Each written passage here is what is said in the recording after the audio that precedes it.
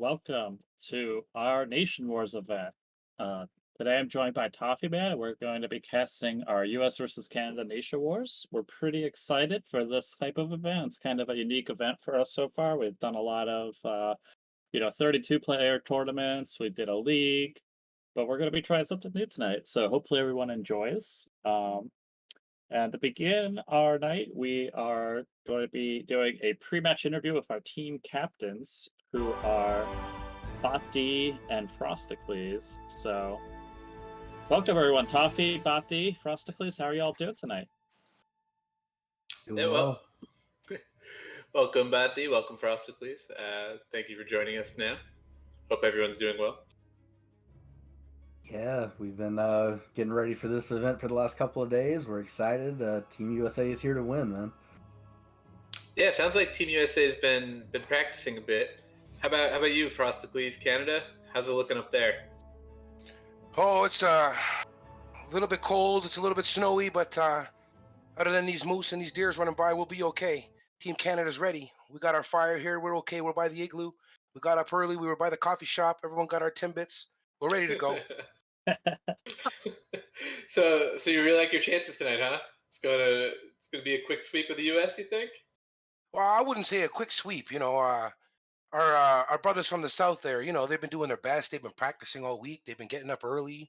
Some jumping jacks were put in earlier. I was talking about it on the stream. We saw them working out. We heard bugles in the background. It was a wild thing for Team America. They had team lessons. They were explaining how to play poker. They were talking about what StarCraft units were good, which ones were Zerg, which ones were Terran. They were really teaching them the basics, and I'm really proud of Team America for stepping up and showing up. Their numbers are large today. They got a huge force. Wow. Well, I think that's the first time I've ever heard anyone accusing an American of doing exercise. But yeah, I mean, with all that practice, Bot, the US probably going to take it down real easy. We'll see. I did, he's not lying. I did put together some notes just off of my own little playbook that I put together off of my, 900 something games of Battle Poker. Shared it with my team. We had some discussions. We had some practice sessions. So we're feeling good. We're feeling really good. We hear that Team Canada's just been like, screw it. We'll just win anyway. So we're coming in feeling prepared. Hopefully we'll be able to catch them off guard.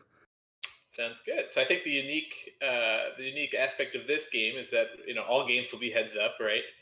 And in order to start the process for the selection of who's playing who, I think we're going to move to a coin flip now, if I'm not mistaken. So I have to ask. I think I'm going to give it to Team Canada, our brothers from the north. Got to call it heads or tails. Well, up here we call it the heads or the loony, and we'll take the loony. That's tails for you, brothers down south. I can't tell if you're joking. No, we had a meeting with Team Canada. That's what they chose. All right, tails it is for Canada. Heads, right. US. Let's flip it. Hold on. What is the winner of the coin flip gets what? So tails. Let's clarify it for the stream, gentlemen. Absolutely. Tails means Canada. So tails came up. So Canada wins. So Canada gets choice. Does Canada want to put out their first player first, or have the U.S. put out their first player first? We're going to go with Canada is going to sit back and decide who we're going to face once Bati chooses his player. Okay. All right. So we'll let the captains go off to their channels. We'll start our 3-minute timer now, Bati. So you have 3 minutes to let us know, and we'll explain in the meantime to the stream what's happening tonight. All right, sounds good. I'll head back up. All right, thanks, fellas, and best of luck. Hey, man, thanks for having us. And Team Canada's proud to be playing in this event. Hope to be playing in the next one. All right, good luck, Frosty. Hey, good luck, Bati, and good luck, Team USA.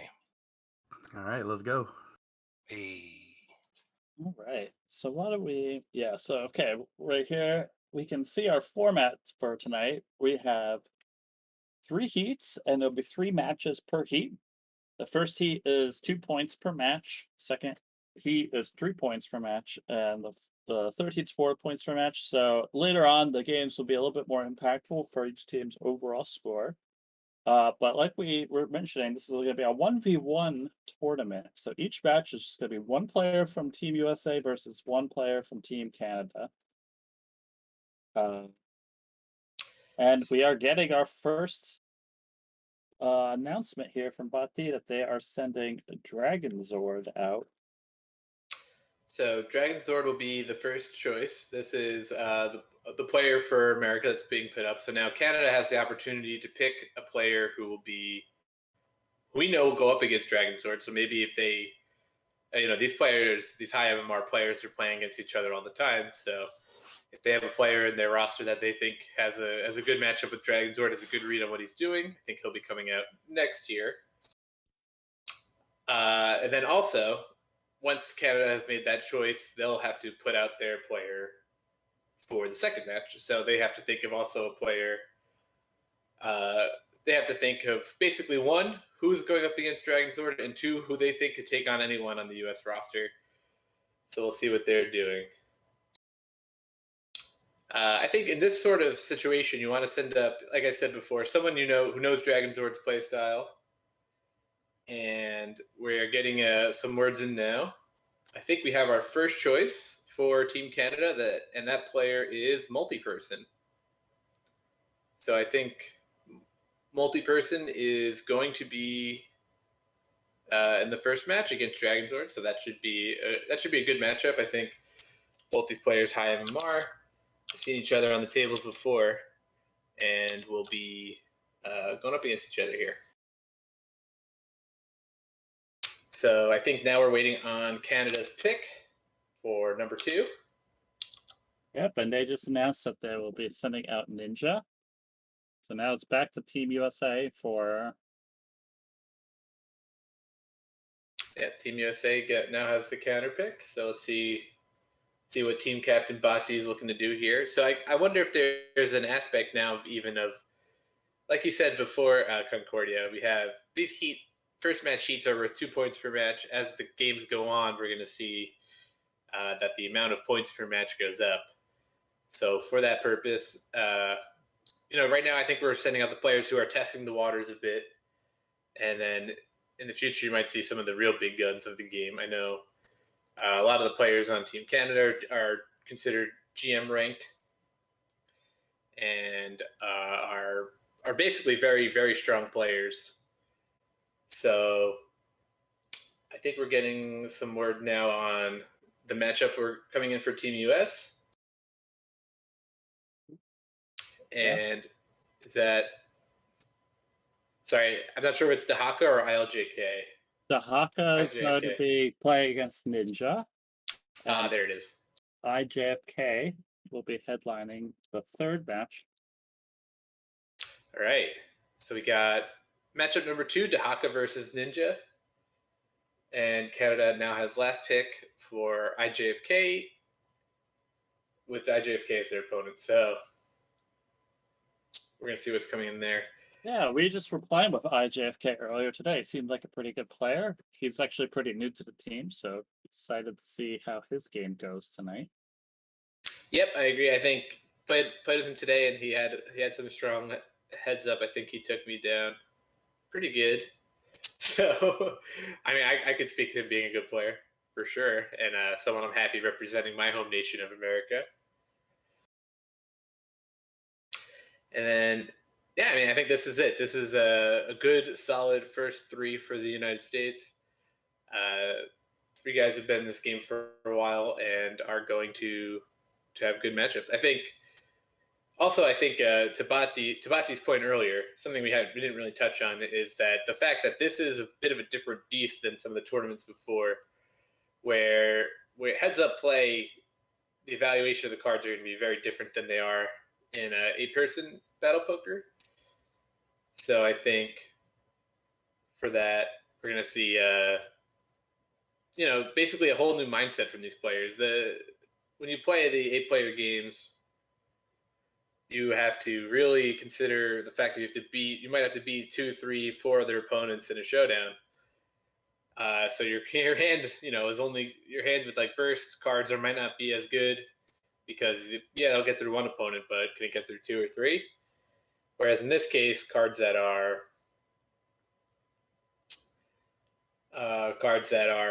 really good in a burst format, like Ravens, like Banelings, are going to have a higher basically are going to have a higher value in people's hands. And I think from this, we are getting word that our last player for Canada for phase one is G Jesus. Okay, awesome. So we have our first heat matches set up. So let's make sure we're gonna have our hosts get these people in lobby, and then we'll be able to start. So we do have a pretty unique, I think, viewing experience today. We'll be able to see basically this. We'll be able to watch one table at a time with both tables' scoreboards in the corner, or have a view of all three at once on a smaller view. So I think we're going to be focusing on one table at a time and watching them as they go, but also be able to keep tabs on what's happening at the other tables, see if there's any big movements. I think we have 300 chip games for this heads-up match, and the way that the antes work in Battle Poker, it is based off number of hands, so the speed of the games will be a bit quicker. As in heads-up poker, there's a lot of I raise, you fold, and quick laydowns to make the hands go a bit quicker. I think so. Concordia, we got 3 matches locked in. Dragon Sword versus Multi-Person, Dahaka versus Ninja, IJFK versus G Jesus. All What are right. we thinking? Well, I think that all of our tables are ready. So once we get word from our producer that we're ready to start, we will get those going. All right. So sounds like we're going to get the games going right about now. So all right, let's start them up. Start them up. All right, sorry about that. So yeah, no, it's going to be an interesting first heat. These are some of our lesser known players. I recognize a lot of players on both teams, but we have a couple newer players playing tonight. People who aren't necessarily as well known in the community. So honestly, I think that this could be anyone's night, or at least this heat could go to either team really.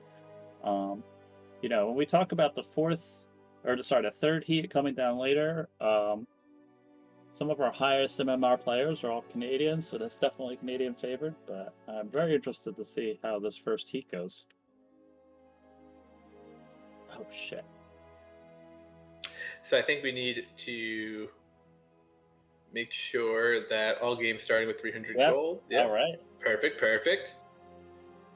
So here we are on table 1. We have Multi-Person versus Dragon Star. So looks like we got a bit of a call and a raise.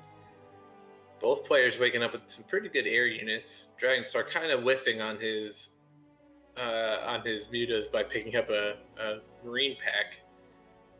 But we got a showdown here. Yeah, already we have a decent hand forming of 530. And these meta lists are doing a great job, especially with that marine backup. Marines are going to go down to the Banshees, but as soon as they decloak, the mutas will be there to clean them up. Yep, Banshees in this game have cloaking for, I believe, the first 15 seconds. I know it's for a short period of time, and then once they become uncloaked, very easy to take down from the side of the Mutalisks. Yeah, good first pickup in the first hand for Dragonstar there, giving his team a slight lead. And just looking across the tables, you can see table 2 and table 3 in the corner. It looks like all the Americans coming off good with a nice little start to all their hands. So yeah, it looks like slight leads for the Americans across the board, but early days. Doesn't mean much, of course, but it's nice to look down and see American flags on top as just to begin this tournament. Well, interesting hand here as the Ghosts seem to be somewhat outclassed by all these mech units. However, the Archons coming in are going to make quick work of these siege tanks and call that one a day. Yeah, Dragonstar with the classic mech army, siege tanks and Thors, but not good enough against that massive Archon blob and the Ghost behind them laying on the DPS. Now, that's for sure true. That pretty interesting hands here. A quick laydown from the Oracles, but this could be interesting. I think big Corruptor army for Multi-Person who is going to be able to probably take out these Void Rays pretty good. Yeah, it's gonna be. Let's see. There is the 1/1 Zerg upgrades. The Marines are and the Banelings, Banelings are just going to instantly take out the Marines. Whoa, big raise from Dragonstar. He's really betting on these Void Ray army here. We'll see how this goes. Okay. Ooh, lay down. Yeah, lay down. All right. Well, I guess we won't see them. Well, I like that. It's a little aggressive. You have a tough hand, but it is a good hand, and it does win some situations. But now we have kind of a strange raise. Oh, here we go. I mean, this is actually a very unique hand, I think. As a large army, even if they are, not exactly the best units in the game, could do a lot of work here.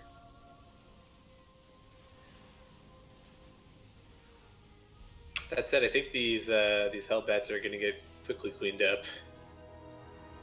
Yeah, Stalkers doing their job, kiting away, not getting stuck in the AoE of the Hellbats, and taking them all down. That reminded me of a lot of, as a Terran player, that reminded me of a lot of, failed mid games against Protoss. Yeah, the quick blink away, and your Hellbats that aren't even doing that much damage to the Stalkers to begin with are easily getting kited. It feels real bad. Dragonstar, big raise with this, frankly, not so hot hand, but with multi-person laying it down. Nice little pickup for Dragonstar. And take a more careful look at all our tables here. You can see, look at the MMR differential between the American players and the Canadian players, actually. Yeah, it's pretty rough for Team America here.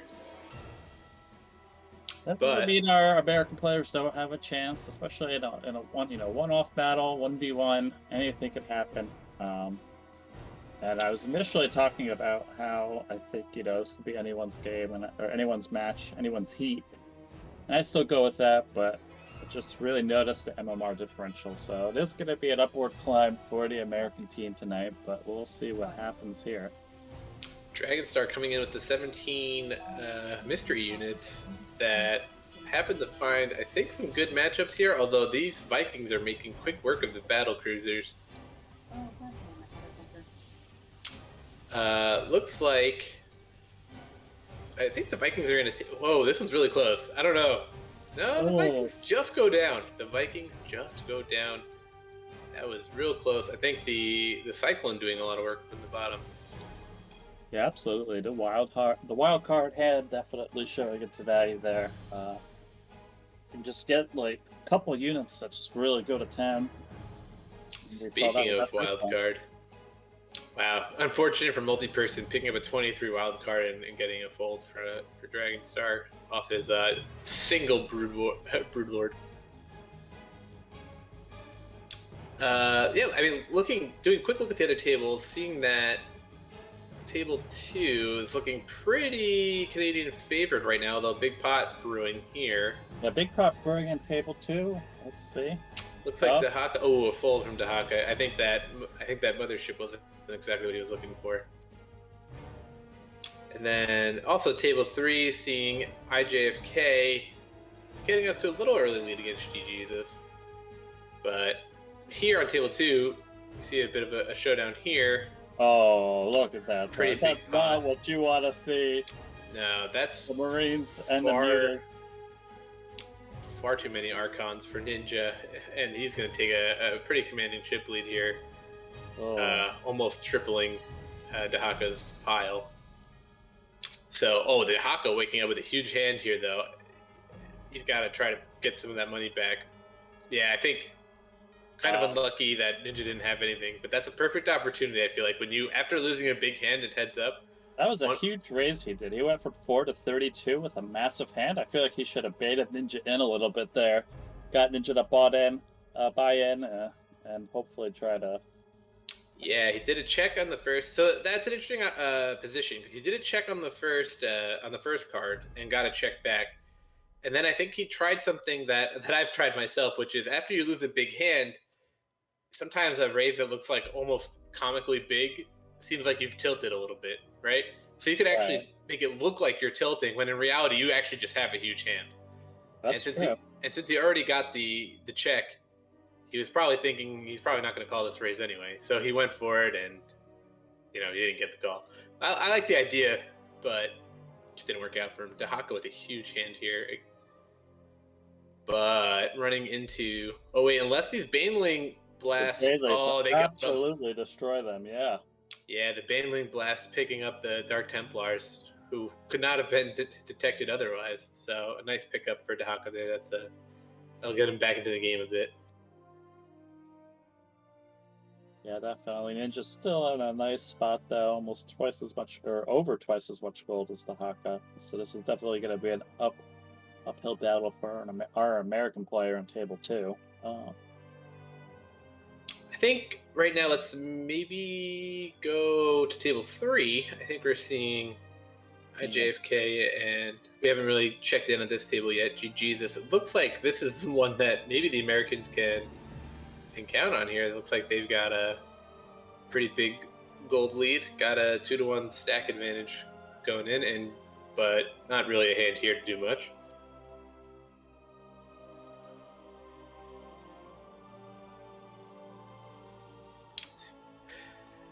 Yeah, so I think we got a number of Archons here. This is looking like, these Marines are going to get cleaned up.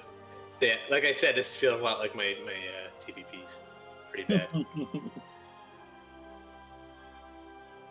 Funny thing, just noticed this myself, that I got this also from production. Jesus is using the Doomguard avatar, as is both other Canadian players. It seems to be the Canada team uniform. Yeah, Canada showing up in style tonight. Show it all suited up and ready for action. I think we have a big pot at table 1 if we can flip there right now based on the gold numbers. Yeah, there's a 230 pot. We're coming in just at the end, but multi-persons Ravens looks to have taken that one down. And that's going to be a huge pickup for Team Canada. Yeah, we just caught the tail end of that there, but yeah, look at that gold stack now. 479 to 109. Yeah, I think that might be... That's going to be a real tough comeback for Dragonstar now. Multi-person really has the advantage. Oh, especially with this hand. Yeah, I think... So let's stay here, kind of get the lay of the land on this table. It looks like at table 2, Ninja is furthering the lead against Dahaka and maybe putting him to the sword there. But here at table 1, we have a Dragonstar raising and getting the call. Quite an easy call for multi-person, I would say. Getting the 3/3 Mutalisks, they're just going to tear through those Void Rays like they're nothing. Yep, and even getting the nice... well, I guess both these units are pretty good against each other, but the Marauder versus Hellbat matchup is one that you like to see.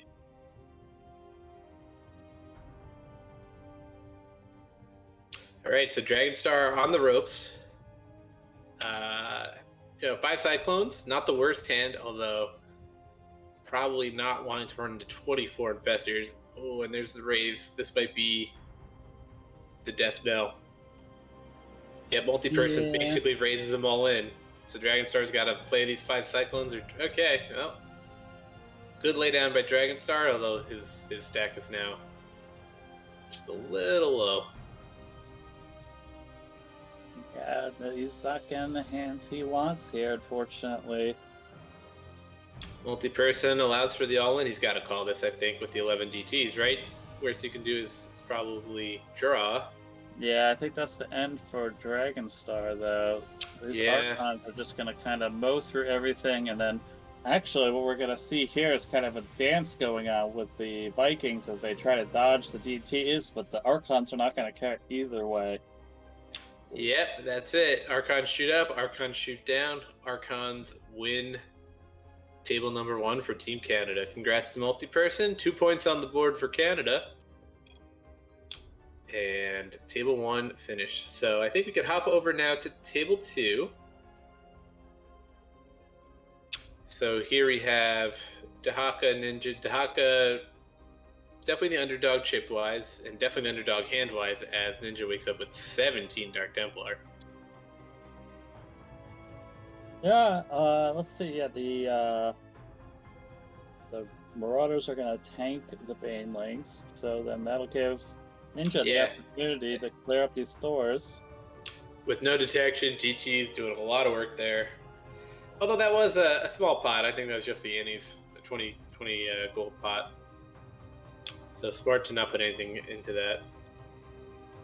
I think at table 3 we got a big hand brewing. Oh, never mind. I think it just ended, and Jesus took down like about a 200 chip pot to take a bit of a lead on IJFK. It looks like the Canadian Doom Lords are getting the work done. They're bringing the doom tonight. All right.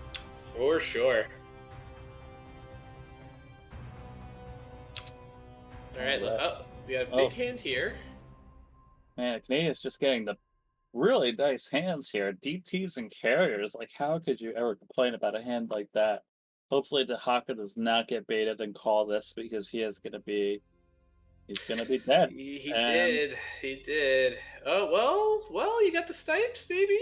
Oh. Yeah, but oh yes, do the interceptors get distracted enough though?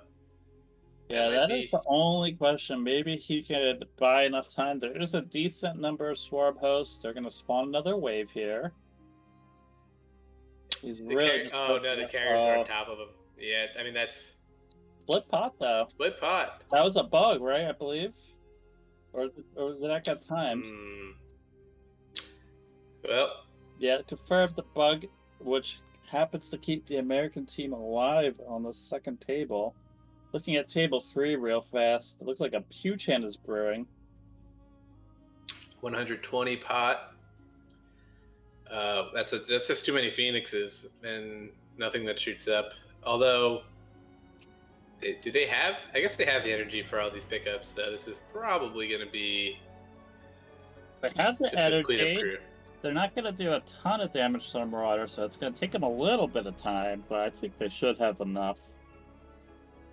This is the Phoenix Waste Management Facility. Also, we see another all-in on table 2. Looks like this heat is quickly coming to a close here, especially as the Haka has just the Immortals, which are about to be sieged upon by the Liberators. So yeah, that's the Immortals pick up the Swarm Host, but the Liberators take it down for Ninja. And that appears to be a table 2 win for Canada, and now table 3 all in as well. All right, so let's go back to our final table that's still in the running here. But IJFK does have a big hand for an all in. So yeah, finally we're gonna see an American win a hand for what feels like the first time in 5 minutes here. For sure. Although even after the hand, it looks like he's going to be on 36 gold. So GG, this is 564. So still a mountain to climb, but that's step 1. You know, the journey of 1,000 miles begins with a single step. And 15 wildcard units is a good thing to see when you're forced to be all in. All right, let's see how IJFK can pull out this the remainder of this match. Can he make the dream happen? Can he make it happen? This is a start. A surrender. There's surrender. That's 80. 80's when you start to maybe have a chance. I mean, with a 24 Annie, you gotta win here. He's gotta go. This is it. This is it again. Wow. 3 hands in a row, and it looks like he's going to be able to survive them all. Once these Banshees uncloak, they should be quick work for the carriers. But he needs. What do you think? This is gonna beat the timer or no? This is a lot of Banshees. I think they will get it. These are carriers. They do have 3/3 upgrades, which is why they're surviving so long to begin with, but their numbers are dropping rapidly. 2-1 left. Yeah, no problem. Yeah, the 10-second timer comes up as the last Banshee goes down.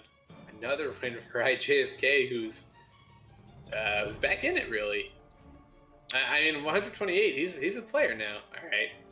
Yeah, this is the beginnings of an epic comeback right now. Hopefully he doesn't get too crazy, he doesn't get too bad cards here. Yeah, he's gonna. Although twice in a row, GG just picks up the Annies. And now he's back down to having only less than 3 Annies. So he's got to play. All right, let's see. These Zerglings are going to get on top. They're That's too many Widow Mines. That's too many Widow Mines. Yeah, the Widow Mine's doing so much damage to the Stalkers, but there's 3 left. Can the Stalkers clean up these Widow Mines in time? They should have it. Those widow mines have a little while before they're going to shoot again. And But any storms in there for the High Templar? Anything at all? no, Stalker's picking up. So JFK is going to Poor continue. G Jesus. Oh. The storm comes down, but I feel like Stalkers even had enough time to regenerate some of their shields. That they were just sitting around not even getting hit. I want to see the Stalkers get the an AI improvement where they can dodge widow mine shots with their blink. That would be incredible, just like the pro players. I mean, come on. Come on, Hey, they're already an amazing unit. They don't need that. that's how the pros use them. We got to see that in battle poker too. The AI emulating our top players. Only if your MMR is high enough. If you've played battle poker well enough, then you can get pro level micro out of your unit. All right, so I don't think this is IJFK's hand. These ultras are gonna. They're just gonna tank too well for the ghosts here and let the ghosts just lay their DPS down. Yeah, the ghosts have a surprisingly good DPS. I think that's the one thing I've really learned from this game is you see like 10 ghosts, you think that's not a lot until they come in and they EMP all the shields away and just take out all the units. They're just so expensive and have a long production time compared to Marines, which is why you don't really see masses of ghosts in normal StarCraft 2. But in a game like Battle Poker, where you don't have to worry about cost and production time for your units, why they're gonna shine. Well, it looks like these ultras are just going to be too tanky for this comp. All the units here excelling, all the units out of G Jesus excelling at hitting the bio units, but not exactly these armored monstrosities. Yeah, a lot of AoE damage, High Templars with their storms, Hellions with their fire, but we just got those massive tanks taking. Okay, they do take out the ultras eventually. Though. That was actually a bit of a surprise. I think the Terran 2-2 helped a little bit on the Hellions there. Is 10 seconds left though? I think that might not be enough time. Yeah, got the draw comes in. Yeah, that was interesting head. That was interesting. I thought for sure that the Ultras had a really good shot at winning that, but the good kiting out of the Hellions and the High Templars was actually really minimizing the AoE damage coming out of that. Crucial is the word you're looking for. Yeah, very crucial. So now we got Thor's Under a Mothership. Mothership, really one of the unique units to pick up in this game, just because of how like it really requires a secondary unit that's quite strong in order to pull through, and then can provide something like this. Sometimes you get into these scenarios where my Mothership has survived the aerial assault, and now my cloaked ground units are easily cleaning up. So that's a pickup win for G Jesus. And really, that leaves IJFK with just 8 gold. So we're going to see the beginnings of another epic comeback. And I really mean epic when I say it right now. Yeah, that's like 8 hands in a row epic before he even has enough to play properly. And I don't think this is going to be it. And hand number 1 doesn't look like it's going for him based on... Ravagers are actually pretty good versus anti-air, but when you have that many oracles and liberators sitting on top of them, I don't think it's going to happen. And there it is. Doomlord Slaying number 3. Canada winning all 3 hands, all 3 boards for Phase 1. And a rough start for the Americans. Right. Yeah, so that was the end of Heat 1, and our score is 6-0, Canadians on top. We do have 2 more heats to go, though, and it is certainly not over yet. As we mentioned, the heats, start off lower on points and build in value, so definitely still possible for the Americans to come back. We're going to ping our captains to start deciding who they're going to be sending out for their second round, so... hang on tight for a few minutes while we get that sorted out. But tell me what you think so far about the beginning of this night. Yeah, I mean, I know as a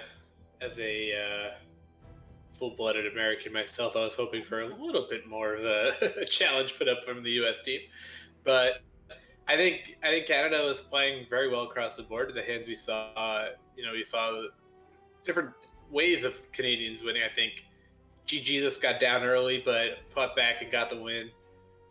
Ninja kind of took the lead early on Dahaka and just slowly squeezed his chip stack down. And Multi-Person and Dragon Sword fought hard. basically it looked like it was going back and forth in the beginning until multi-person got a lead and just kept expanding on it. So really looked like we had a tough go of it from the American side while the Canadians put the squeeze on. Yeah, definitely a rough start. I think once you look at that, well, when you consider the MMR differences between those players, I suppose not very surprising.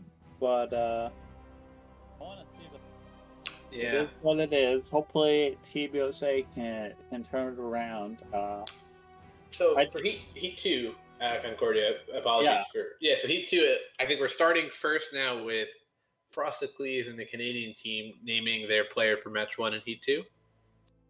That's right. So we're waiting on Frosticles right now to tell us who will be sent out for match 1 here.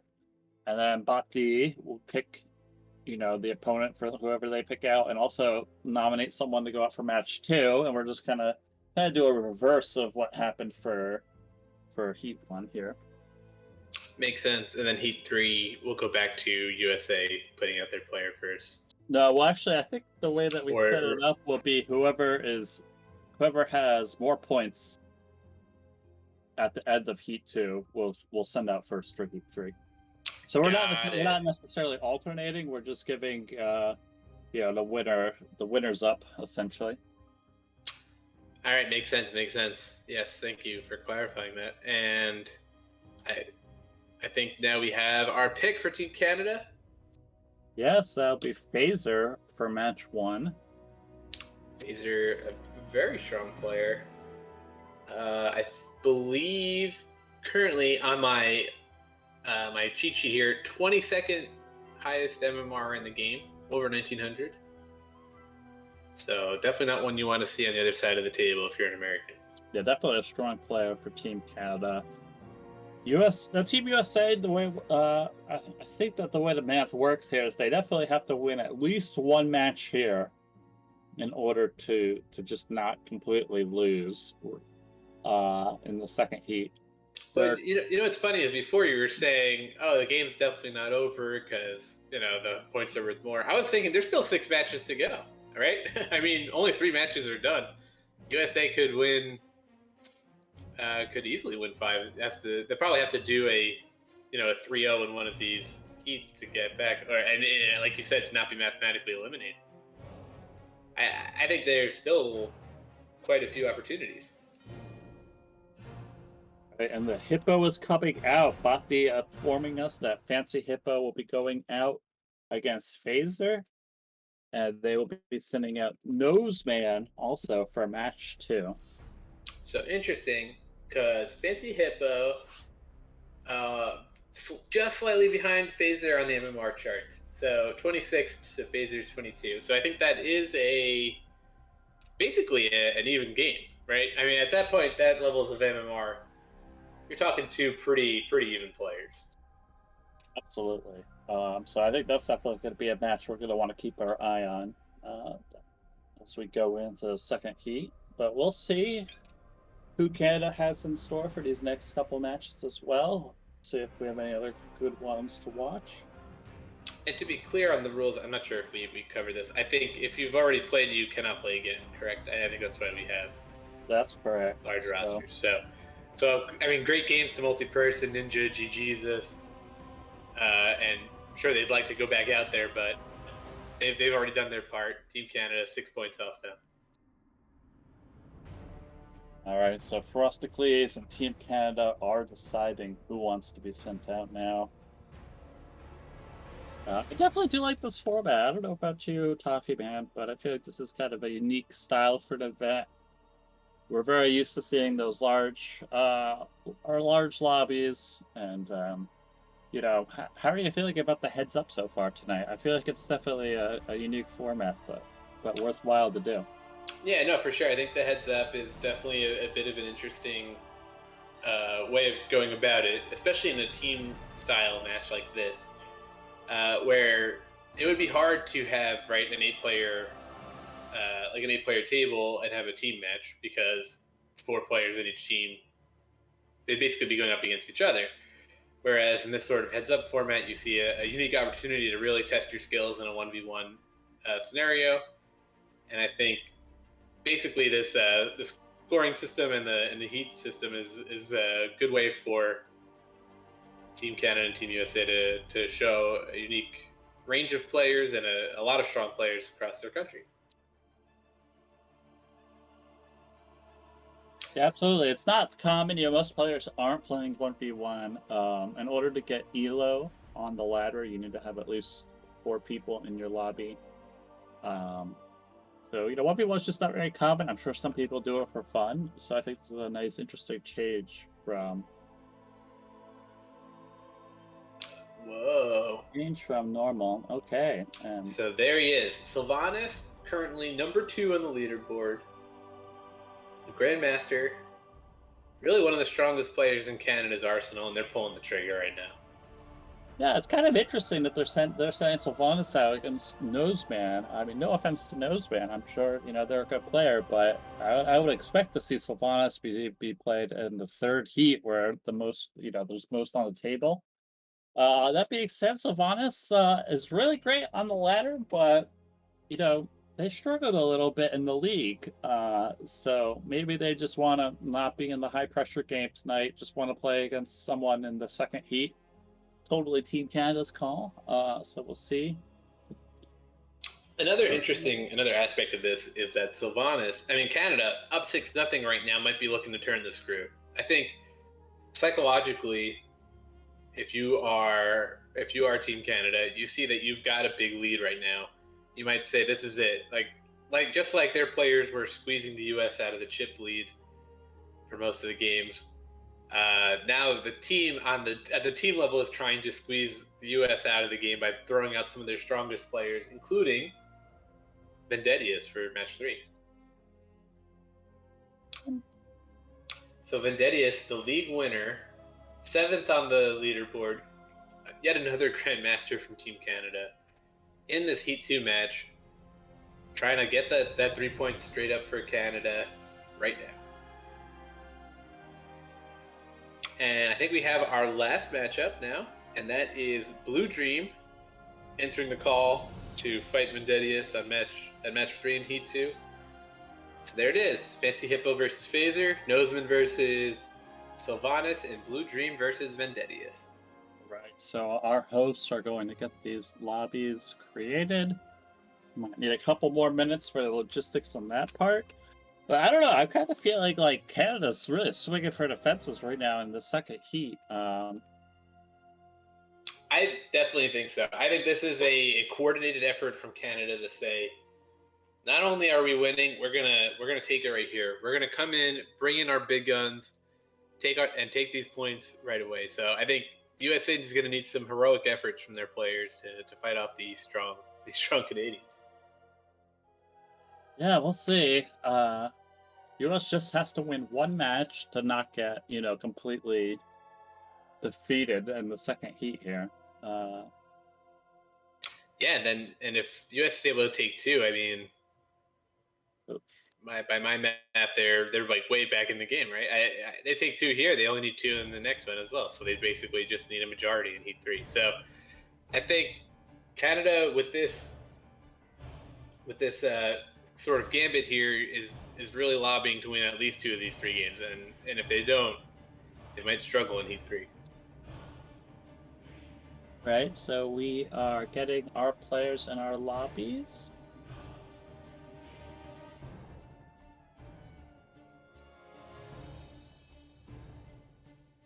Any matchup you want to see highlighted to start here, Concordia? I'm thinking... I definitely kind of want to see match 1. I want to see all these matches. Of course.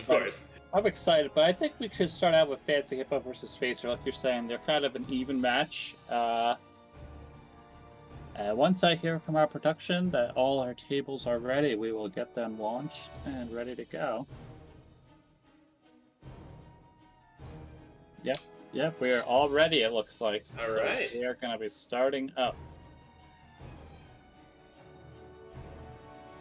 Oh my god. I messed up.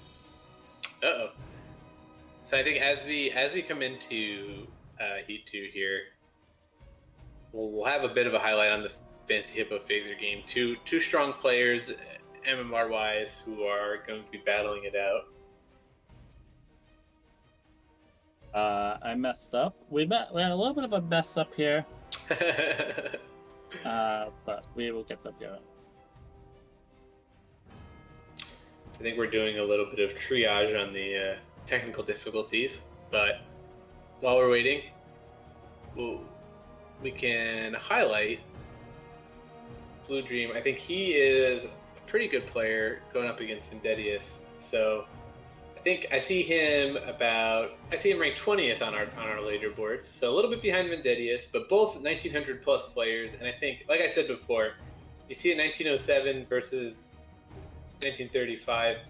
A 30-point MMR difference is not a lot. That's a fine margin.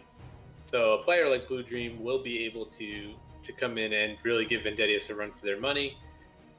And I think the US really needs him to, because a rough Heat 1 is what they're trying to bounce back from. All right, so we are getting ready to go here. For real, after that mulligan. The beauty of live sports. Indeed. You know, there are NFL games that get postponed because like a cat runs on the field. It's okay if we have like a 30-second hiccup for some battle poker games. No big deal. It's not too bad at all. But actually, a funny story is this morning was watching a soccer match where one of the announcers' mics went out for a solid 15 minutes, and it was funny because they didn't even notice. And the one guy was talking to the other announcer as if he was in the room with him. So it happens at all levels. All right, so the games are started now. And we are ready Games are started. We are ready to cast. Very good. So I think, like we said, let's start with the Fancy Hippo Phaser matchup. We'll keep an eye on the other boards. I think one thing I noticed, and obviously since this is a new format, my first time observing these games too, one quick and dirty way to determine if a big pot's going down is if you look at the gold. You know there's 600 gold total, but if you look at the gold and we're not seeing 600 and 600 gold, or seeing like maybe the sum of the two players is about 400 or less, and that's when you see, basically that means there's at least 200 gold in the pot. So yeah, I gotta do a little bit of mental math to cast these games here. 100%, and I think that's a good way to, so Concordia, I'm going to ask you to do the same thing that I'm doing, which is if you see that happen, and feel free to call it out. Let us know to hop to a different table if it's something exciting is going down. Yeah, absolutely. So table one, a quick pot to start the game off. Bit of a showdown. These are two pretty good armies for only a 10 gold pot to start the game. Yeah, no kidding. And we're gonna see Fancy Hippo probably come out on top, as these corruptors love to stack up when they have no enemy to fire on, and Ravagers love to kill stacked up units. So a nice start for Team USA on this table, with Fancy Hippo coming out on top. Of course, very small pot, so nothing really to write home about, but after that 6-0 from the first heat, it's good to see a strong start for Team US. For sure. And I like to see Phaser also throwing in a little table talk and a couple dad jokes to get the game going. A huge amount of Archons for Phaser here to, again, check out a hand. And we don't need to switch to it, but on table 2 we already had 100 gold pot, but it was a split, so we are seeing no resistance or no conservative play on table 2 right now. You like to see that. I think sometimes the best thing, sometimes the early games, because of the low antes, do a little, basically requires like a small amount of, or what's the word I'm looking for? Basically, the small antes condition the players to play a bit more conservatively than they should. Mm-hmm. But really, like, optimal play would be to bet a bit aggressively, and I think you're seeing that now. Sylvanas with a bit of money in the pot, and then at table 3, looks like Vendetti has picked up a 30. A 30 gold hand. Fancy Hippo and They're really having fun in the chat. You can tell these guys know each other. Oh yeah, these guys I'm sure play against each other all the time on the ladder. They're both active on the Discord, so they're probably definitely very familiar. I bet as soon as I don't know what happened, but maybe as soon as they heard that phase was going out and Team USA was deciding who they sent, you can just imagine Fancy Hippo and they're saying, "Oh, send me out, bot, send me out." Again, place to Put me play. in, coach. Go be a coach. Oh yeah, and I think Phaser at the 8+3/+3 Archons. Whoa. Yeah, you gotta like that raise. Fancy Hippo, oh dear. Fancy Hippo's table talk making me uncomfortable.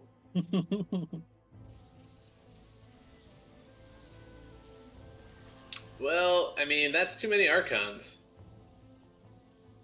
That's all I have to say about that. That's too many. That's a lot of Archons. Yeah, that is a very huge army for Feyas. Archons just clearing everything out like nothing. Oh no, Fancy Hippo ruining the punchline. Yeah, and just checking. So he's gonna try to draw Phase in here. Maybe get Phase to raise a little bit so he can. Yeah, you gotta bet now. Okay, so I like the way he did that. He tried to see if he could get anything from from his opponent. Saw nothing. And it was like, all right, well, let me see on the second card if I can make a little bit more money on this. And did get a call on a bit of a value raise. Yeah, so Yeah. that'll put him, I think, back in the gold lead, if ever so slightly. Doing a quick check of the other tables, looks like Blue Dream had a nice hand at table 3 and is now sitting at a 350 to 250 lead. While Noseman also has a 300 plus hand, and it does look like there is a bit of a pot brewing in table 2. Yeah, table 2 right now, we're seeing cloaked units versus cloaked units. We're going to have another draw here with the cloaked Banshees versus the cloaked Dark Templar. Obviously, the Banshees uncloaking, but the Dark Templar unable to swing up. So that 50 gold pot will be split between our two players. For sure, now both players waking up with decent Protoss units, although Sylvanas just takes it before any showdown. Uh-oh. Yeah, we're on the 20th hand, and Noseman no. is still holding their own. Definitely a monster hand forming. Honestly, a pretty good hand for Noseman. I think 25 Phoenixes are going to swarm all over those battle cruisers. Oh, absolutely no. So I'm just saying though, on the grand scheme of things, like Noseman has like a very decent hand, and Sylvanas' Reapers are not that valuable. So it's like, I agree with you completely. Sylvanas is going to clean this hand up, but yeah, it's unfortunate. I think Noseman ran into one of the worst counters to battle cruisers possible. Although, we're seeing the Terran armor unit really holding up to these lasers. Maybe I spoke too soon. The Phoenixes are slowly going down. I think we're time's running out. Yeah, this might be a split pot.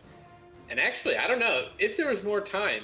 That might have even gone to the battle cruisers. That was getting scary.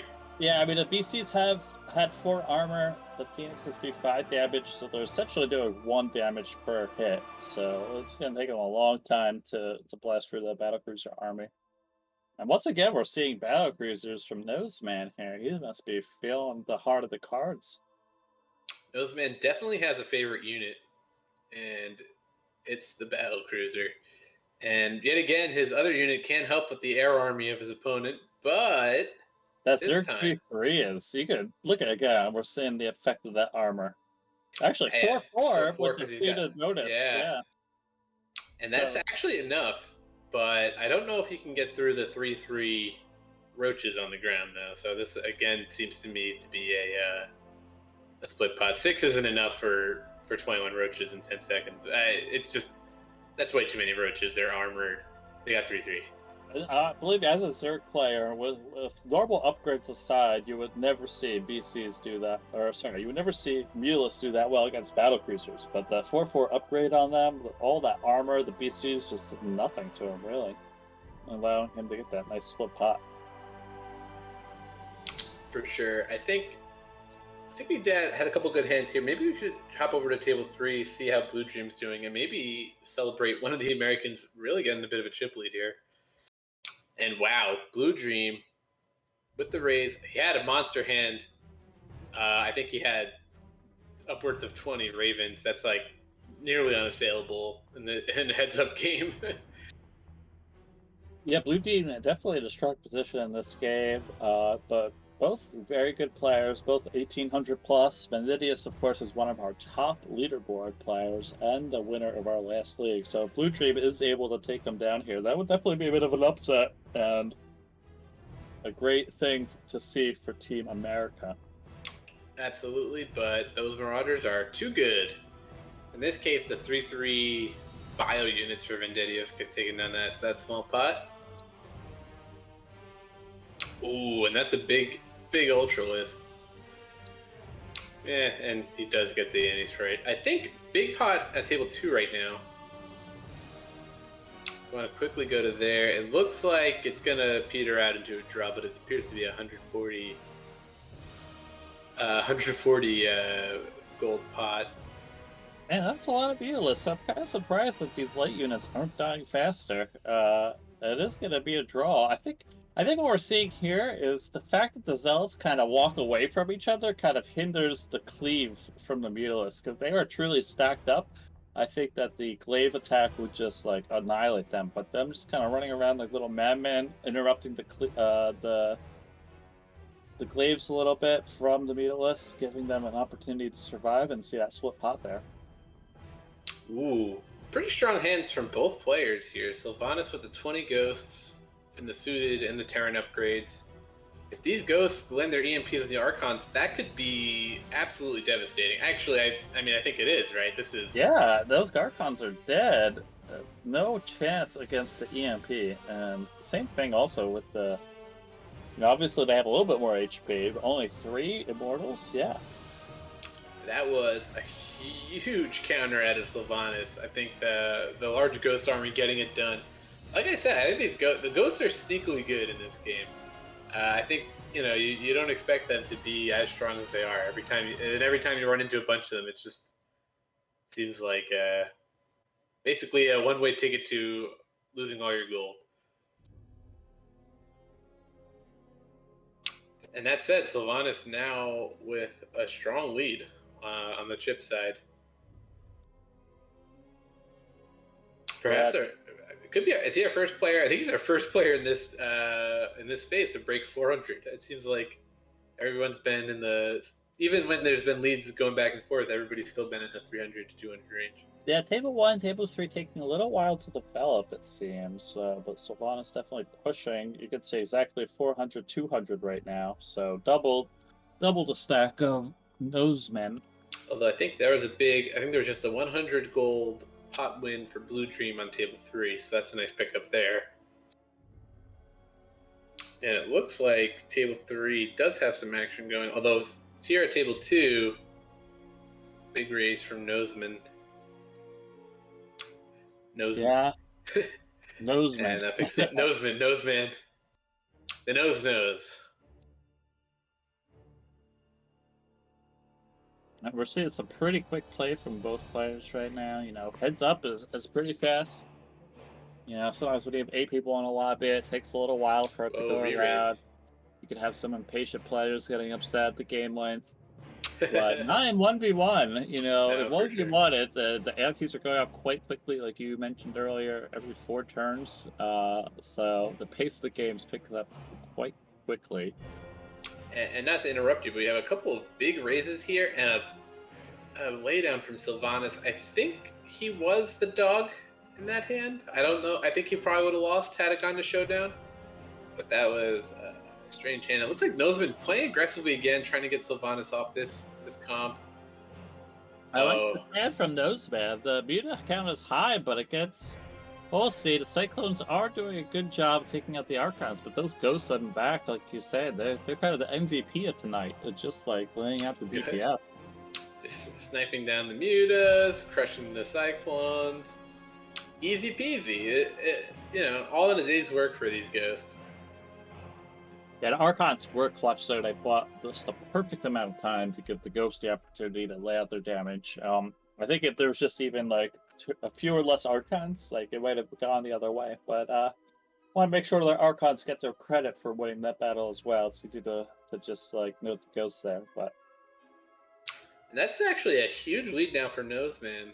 And again, another big pot. It appears Noseman and Sylvanas have thrown away their conservative play and just gone straight to the fight. oh wow, look at this here. The 24 Corruptors against the Liberators. Normally, Liberators are quite strong, but not against that many anti-air units. That said, are these Broodlords going to be able to survive this Interceptor attack? I think they might be able to hold out for the draw. Yeah, we have the Carrier and the Broodlord versus all these Swarm hosts. Was it 14? Or sorry, 11 of them now? So I think that the Sylvanas will be saved by the bell here. Yeah, I think 33 Zerg units really, again, those upgrades we're seeing more and more are really factoring into these fights. Quick table check. Looks like Phaser has a small lead on Fancy Hippo, table 1. And table 3, Blue Dream, starting to get that 2-1 chipped lead. Yeah, and how fast table 2 turned around. Sylvanas was in a dominating position, but now the tides are turned. Will one of our top players be able to come back here? Noseman aggressively raising Sylvanas all in a couple times in a row. And Sylvanas just happy to give up these these antes, and I don't know if he can keep doing this. One Swarm host for Sylvanas. I know they're probably not very happy right now with how their cards are being drawn. We'll see what happens here. I think they're gonna have. No, he laid it down, and Noseman's now with the commanding lead, is trying to squeeze out this game. Sylvanas wins the all-in. And there's the all-in. Is this it for Sylvanas? Yeah, he's in. And I think this is going to be all down to 6 DTs getting the job done. Will the DTs get hit by some biles? I don't think so. Very unlikely. Not enough. Especially with that low Ravager count. And then, of course... And there it is. Liberators who cannot be touched from above. So Noseman taking out Sylvanas. You can see a little bit of tilt there with the periods from Sylvanas. Nah, I mean it's tough. He had the lead. Tough, though. It is tough.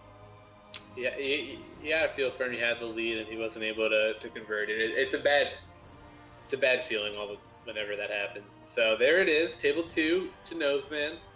USA on the board. And now 6-3. Yeah, back to table 1 here. Our Phase versus Fancy Hippo, where we started this heat, and it looks like not much has happened here. Look at the gold count; it's very even overall. We have antes of 12, so not that large yet either. We're only at hand 25. I believe. I'm curious, what hand are we on for table 3, and what did table 2 end on? Look at that. Table 2 ended on 49. Table 3 is on hand 32. Table 1, players are taking their time, as we saw. Wait, and let's stay here. Okay, no. I thought Blue Dream might get a call there. That was, he had a good hand, but I just too scared. I just think that's interesting. We saw FaZe and Fancy Hippo talking in chat, they're only on hand 25. Table 2 was literally on twice as many hands. They were just speed playing it. I think there's a lot of betting and folding at the other tables. Meanwhile, here we're seeing more showdowns going down for Phaser and Fancy Hippo. I think they're smart. They know that if the other two games end, that we'll have to focus on them. And I think they're both preening for the camera. Yes, we have our players searching for the spotlight here. So this is interesting in the Raven matchup. Ooh, is that enough? Oh, so yeah. So I think discussed this earlier with the production crew and with Skelly, the creator of this game. The Raven, the length of each matchup is dependent on the number of players in the matchup. So Ravens only get 2 shots off guaranteed of their Hunter Seeker missile in the one-on-one. So you saw at the end there a couple of the third shots came out, but not all of them, and then that was enough to get the draw for the Siege Tank player. That said, Yeah, so that being said, yeah, table 1 is still really close. Table 3 is definitely the one to keep our eye on now, with Blue Dream in a dominating position as Vendidius wow. picks that pot up, but I think Blue Dream didn't get the memo that 11 ghosts are actually OP. He folded that hand against a bunch of Phoenixes, which I think the ghosts might have gotten 1 or 2 picked up, but 1 EMP or 2 and Phoenixes would have been in a bad spot. That said, Vendidius with a huge hand here.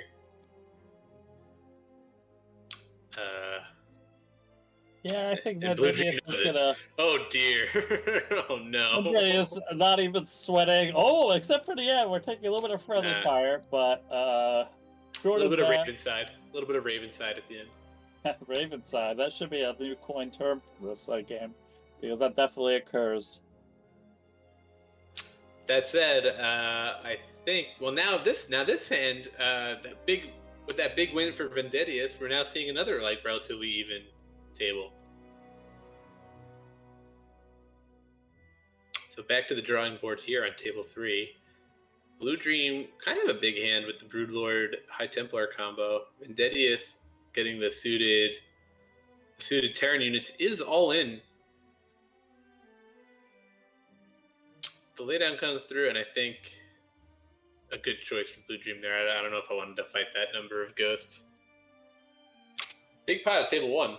Yeah, let's take a quick look over there.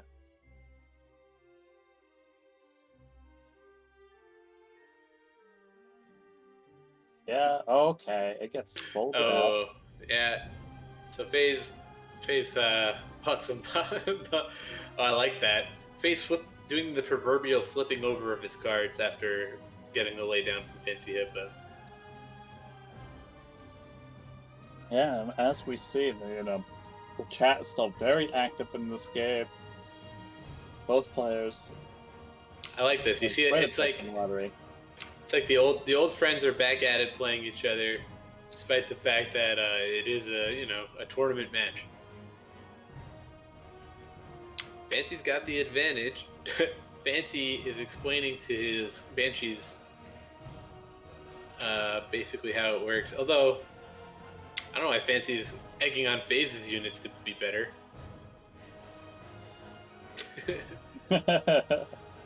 Unfortunately, FaZe did lose his Banshee group, and Fancy takes those annies. Yeah, big hand at table 3 if you want to go there. This is a 450 pot, so this could be pretty decisive in how this game goes. Yeah, we're gonna see these disruptors shoot out their shots and then just move back out into the back. You can see he positioned them in the front, but yeah, this disruptor's just clearing everything out. That mech army really didn't stand a chance. Yeah, and I think that's down to 22 chips for Vendidius. He's all in on the ante. And the ghosts are back to prove their point once and for all. Yeah, but I don't want the EMPs, taking out all the shields from those stalkers. Yeah, wow, look at that. Vendidius, I think it's done. So we're going to see Blue Dream clearing out Vendidius, our former champion here. And America, so far led by Noseman and Blue Dream, with a strong comeback in our second heat. You love to see it. So our score overall is tied 6-6, US versus Canada, and everything is now on the table 1. 2 old buds going at it. Fancy Hippo. Oh no, Fancy Hippo's got the units here. Although this is a relatively small 40 gold pot. Yeah, I think you're seeing a lot more checking going on here. That's why we're at a much lower hand count. A lot of showdowns happening.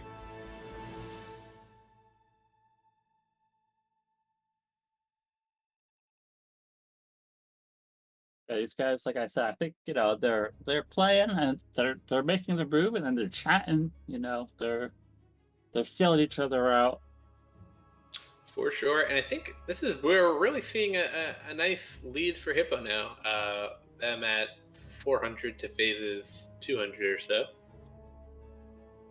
And here's another showdown. This is a big pot, 240 gold in here, and some large, some large infestor play. Those fungals really capturing a large swath of units.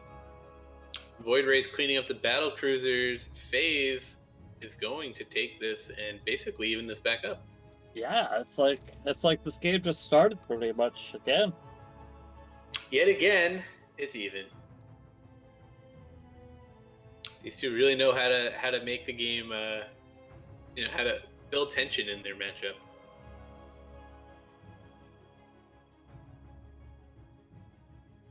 All right, here Phase on a nice Protoss comp to Hippo's pretty good Zerg comp. I like both these units. That said, I think we just got a check around, and we're just playing for Annies here. Archon's too strong. That's the one thing. Another thing I've learned from this game is that Archons are just, when you get these units that are clumped up, these Archons can really do work.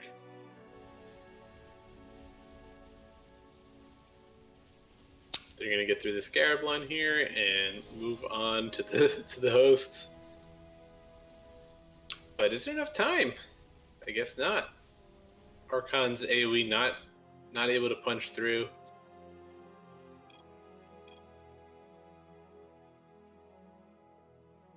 And we're back to even. The one Marine draw for Fancy Hippo, not what you want to say. You hate to see it. Although, oh man, one Marine, I think is one medevac the only thing worse than one Marine? Oh, he's gone. Marine. That was Fred the Marine. He fought valiantly. Yeah. 34 Reapers surrounded him. I don't understand how that Marine died. Yeah, that was Jim Raynor himself. We just witnessed it in the gym. If that was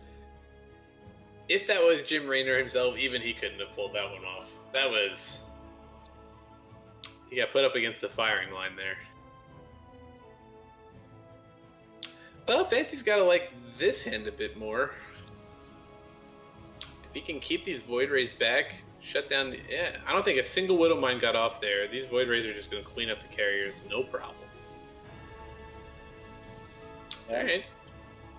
So Fancy Hippo retakes the lead.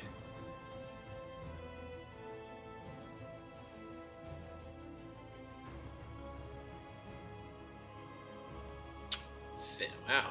I think you gotta like Phase's chances here if this goes to showdown.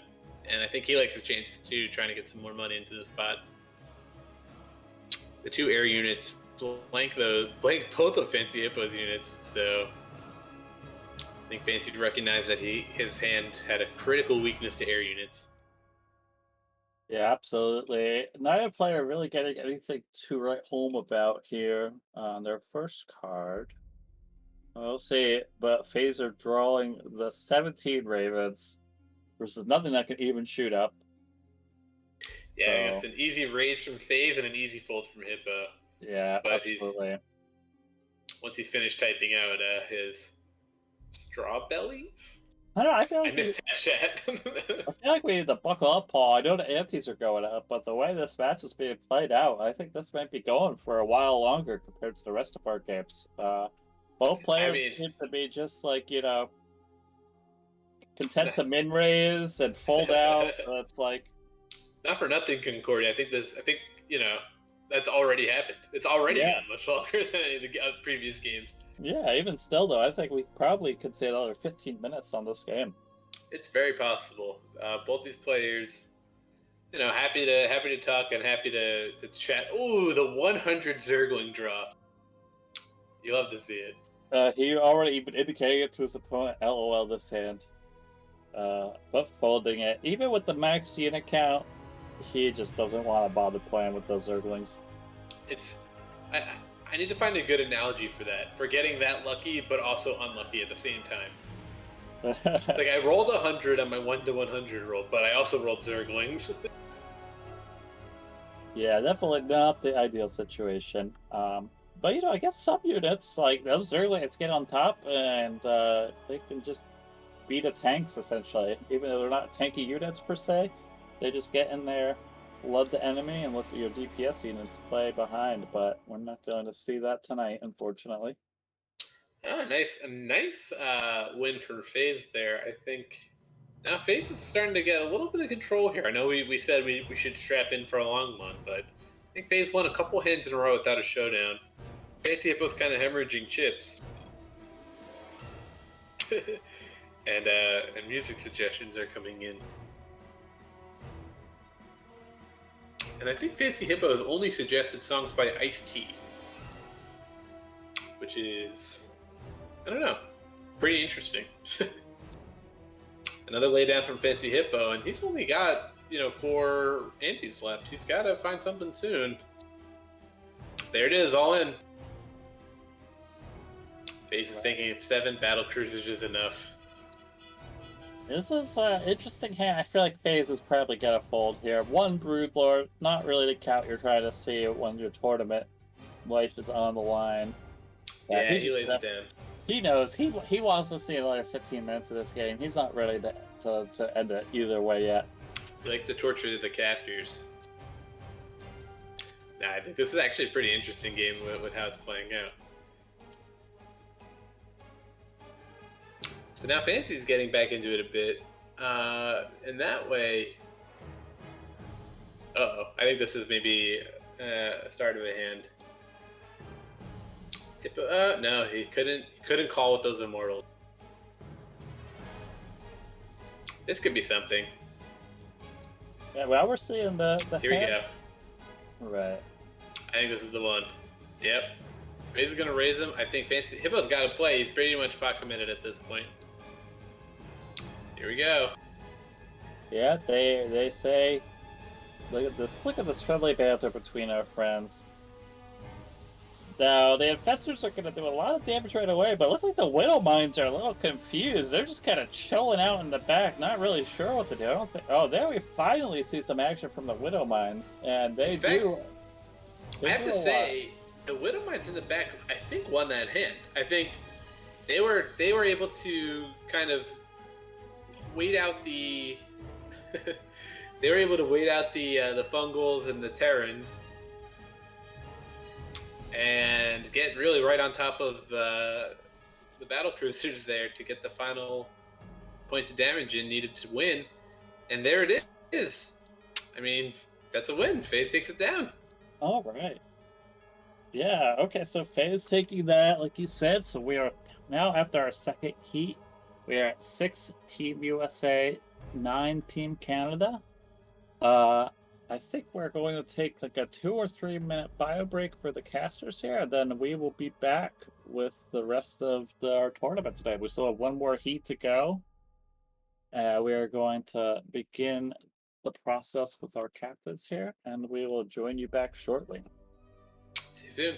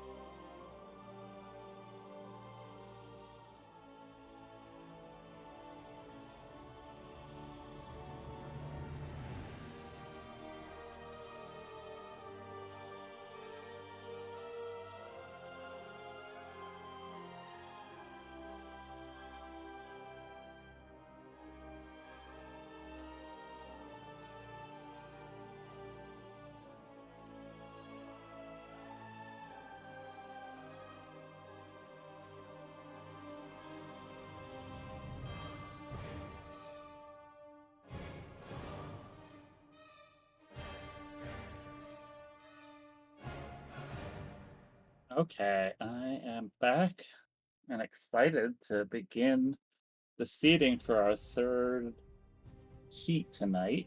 We are waiting on the captains,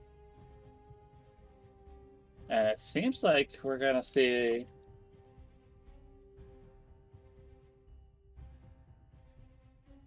Sorry, I'm getting confirmation from our candidates here, but it looks like we might be having a captain match coming out tonight. Oh, this is beautiful. So You got it, right? Frosticles is setting out himself, and Bati doing the same. So now,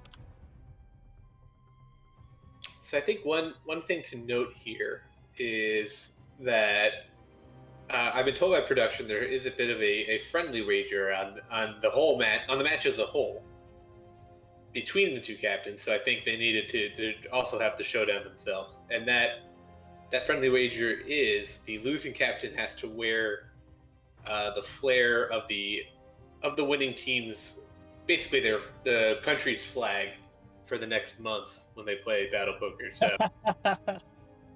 So that is a great wager. I missed that. Yeah. Where did that happen? I must have missed that while I was off on my break.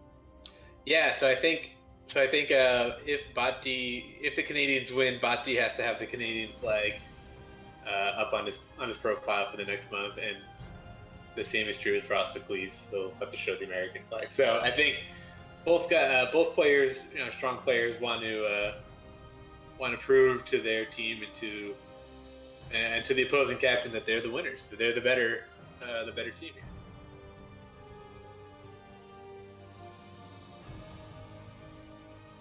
Right, Sambati decided that one Zell will be playing in the second match of our third heat. Waiting on Frosticles right now to give us information about who his final two players for the night will be.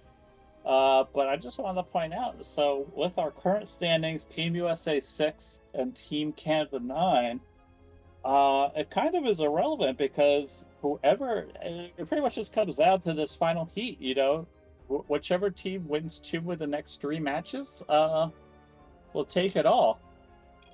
If Team USA gets 2 of these, they'll be at 14. Team Canada gets 2 of these, they'll be at 17. But either way, either country has to win both. So we're having a very close and tight ending to our tournament, which is very exciting to see. For sure, it's all to play for here. I mean, we saw the Americans did really well in Heat 2 to get back on the board. And we're at the point now where it's basically a best of 3. We got 3 strong players for Team Canada, 3 strong players for the US. And, 2 wins takes it home for your country. And I'm really excited for the Bhatti Frosticles match. I think I think we have to highlight that one. I don't even know who's going to be in the other games. I don't know if I had speculate, maybe might see Killas come out for Canada and the Pone Ranger. Yeah, I feel like we're definitely going to see Killas and Pone Ranger, unless one of those guys wants to give up their spot for someone else. Kind of surprised to not see them, in my opinion, but we shall see. Who knows what Frosticles has in mind for his team? I think the question, honestly, I think the question is which one of these guys wants to go up against Zell, and which of these guys wants the last opponent. Which, yep, and I think we're getting some confirmation. That is Pone Ranger against Zell. Yeah, so there, the call was made. And Killas is the last out. So Killas is going to be the last player, or in the case. So now on Bhatti to just probably AMDG here. I'm expecting. Yeah, I think so. AMDG, another Grandmaster player, one of the top 15 on the leaderboards, 1900 plus. It could be Trip Trails. Another strong player who hasn't gotten in yet. All right. Well, we do get the confirmation from Bhatti that they will be sending AMDG out. So we have our final matches figured out for our third heat. This is an exciting set of matches, Toppy. I'm really pumped to see how this goes. I mean, this is it, right? We knew going in that both teams were going to save some of their big guns for this last heat, and I think we're seeing that now. Everything's on the table. We're going in for the win. All right, so for the final time tonight, our hosts will be getting these lobbies in order, so we still have a couple more minutes before we actually begin. But so that said, I think, man, Bot D, Frosty Cleese, I'm so excited to see like a captain showdown. I don't know why, but especially knowing I don't know why I didn't think that this would happen, but I think you heard during their interview, both those guys, big personalities, they want to bring the heat, and I think they kind of want to peacock a bit, show that they're the man, their team's the man. It's not surprising that this is coming. I'm sure the captains have explained to their teams that the situation that they're in, that this is really anyone's tournament at this point. And I'm really excited. We're definitely going to be focusing on match 1 here, but we will obviously be tracking all 3, and it's kind of best of 3 series here. You win 2, and you win the entire tournament. So I'm kind of glad it came down to this. We could have been in some situation where the tournament was already decided after the second heat, or we're just waiting on one person to win to decide it. But this is really going to come down for potentially to the last match. I mean, it's as close as it could be, right? This is it. Basically tied up going into the final. I mean, Canada's got the lead, but when you have like this scoring system, it's anyone's game.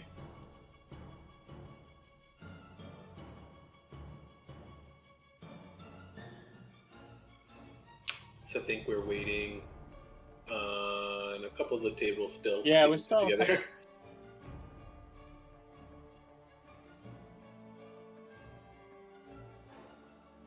Yeah, we're just waiting on match 3. All right. Yep. Looks like match 3 lobby has been made. Right, so I think all of our lobbies are ready, and I think we're ready to go, unless production tells me otherwise here. All right, so we're going to get into this. Let's highlight, the way I think we should go about it is we'll highlight match 1 to start. We'll go through the other games as they're going on and try to highlight any big hands, but I think we're going to have I want to shine a big spotlight on this Bot Defrosted Police match, especially because in the past, when casting this game, Bot D has been one of my co-casters, my partners, so would like to see him finally show his stuff on the table. Yep, we are heading into all of our matches here. This is really exciting.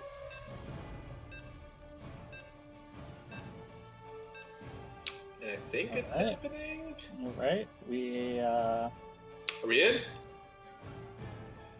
I don't know. We're waiting for the scene transition here, but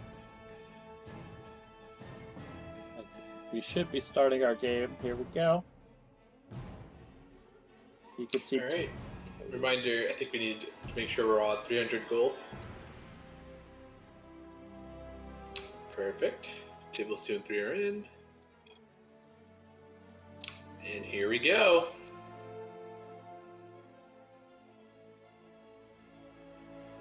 Alright, we are in the match. Balti versus Frosticles are 2 team captains. They have put in so much work over the past week, rallying their team, running practices, running scrims, putting notes together, corralling the herds to tonight's event. And we are going to see the 2 captains play it out before our eyes. And that said, I mean, Frosticles with the huge raise. Oh man, I mean, Bati raised it, but he ran into this monster of a hand from Frosticles, and Frosticles, no, Bati is commenting on going so ham early, but I think Frosticles had the hand to do it. Sorry, I'm just sitting back and taking it all in here. We're gonna see what happens. So Bate with the Hydra Marine Army versus Hellions and Adepts. Decent unit counts for both players here, and they're gonna play it out. So I think Bate should take this. But then again, that Blue Flame might do really good, especially with those glaives. Hydra's not really getting any upgrades to benefit from, and the Marines just kind of stimming themselves to death, so on second thought, yeah, Frosticles definitely had that, and Batsi's surrendering right away. So I think the Observer highlighted before that hand that if you look at their games played, their combined games played, these two players, over 2,000, right? Frosticles is over 1,000, Bati just short of 1,000. The game's only been out for a year. That's like 3 games a day. Exactly. That's what I was about to get. This is the 1 year anniversary of the release of BattlePoker, right? Today is the very day. And that said, that means they've both averaged 3 games a day. That's really putting in the work. Yeah, these are two of the biggest people on our Discord. They were casters for our last league. Bati's been involved in the community forever. Frosticles is really stepping up for Team Canada. Especially over the past summer, I've seen him on Discord so much. So these are really the two representatives for our community facing off right now for the win for their country. There's definitely a lot of friendship between these guys. I know they're going to be competitive tonight, but regardless of who wins, I know that they will be casting and playing with each other again. For sure, I think In fact, they run a Final Table Friday event. Every Friday, they have a 300 gold game. Bati casts it on Twitch. I know Scally, Jelly, and I were in there last night talking a little bit in his chat. And Frosticles casts with him, so they are very custom. I'm sure from casting together so much, they know what each other's opinions are, what units are strong, what type of strategies the opponents like. Their opponent likes. So I think this is going to be a really interesting match to watch. And look at that! Look at that! For sure.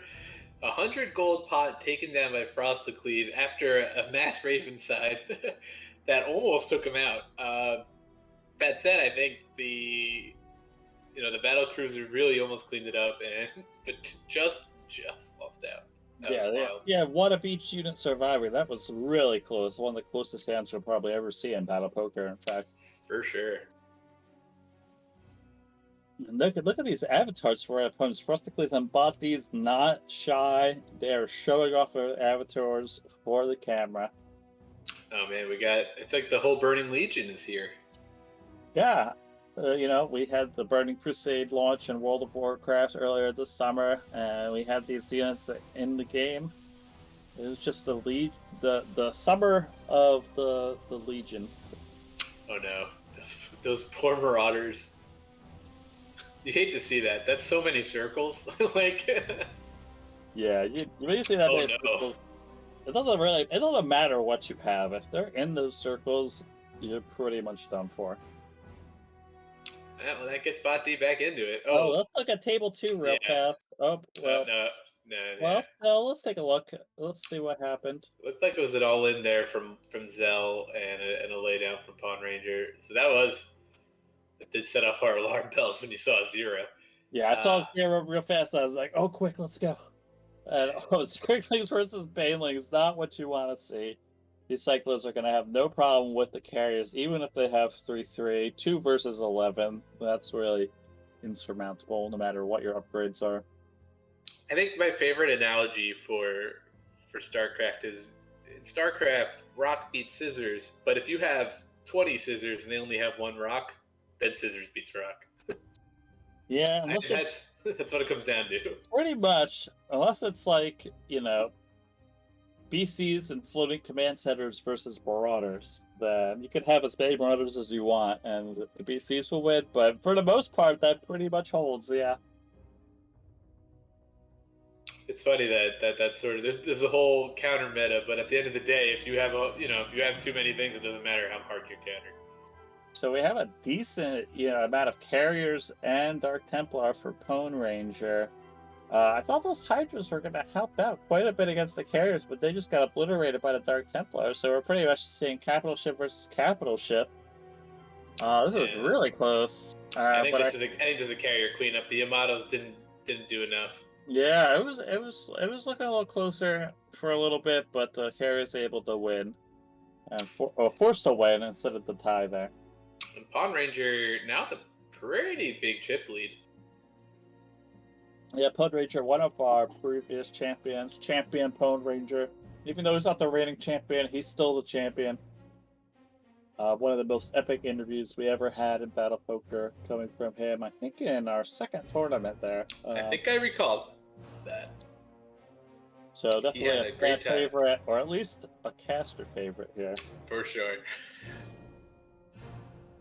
And wow, look at after all that. that, wait, we didn't even notice while we were talking. Zell was all in there, and Pawn Ranger just took him straight out. That's it. Wow, Pone Ranger not holding any punches. Yeah, 16 hands was all it took. Pawn Ranger takes it down. Canada up to 13 points and was one table away from winning this tournament. GG, great job, Pawn Ranger. Really well done. Indeed. So we still have these two matches to go. Frosticles and Bati battling it out still. Bati taking the lead here with the Hellbat and Raven hand as antis move up to 6. Yeah, it looked like both players were around 300, but Bati took a nice hand there to take a small lead over Frosticles. Yeah, and AMDG also in table 3 with a slight lead, so the Americans are certainly not out of the question yet here. Mm-hmm. The American players both with small leads, but they do both have to win. That's what it comes down to now, with Pawn Ranger cleaning up Zell pretty quickly on table 2. Yep, so we'll see what happens. These guys trading a couple annies here.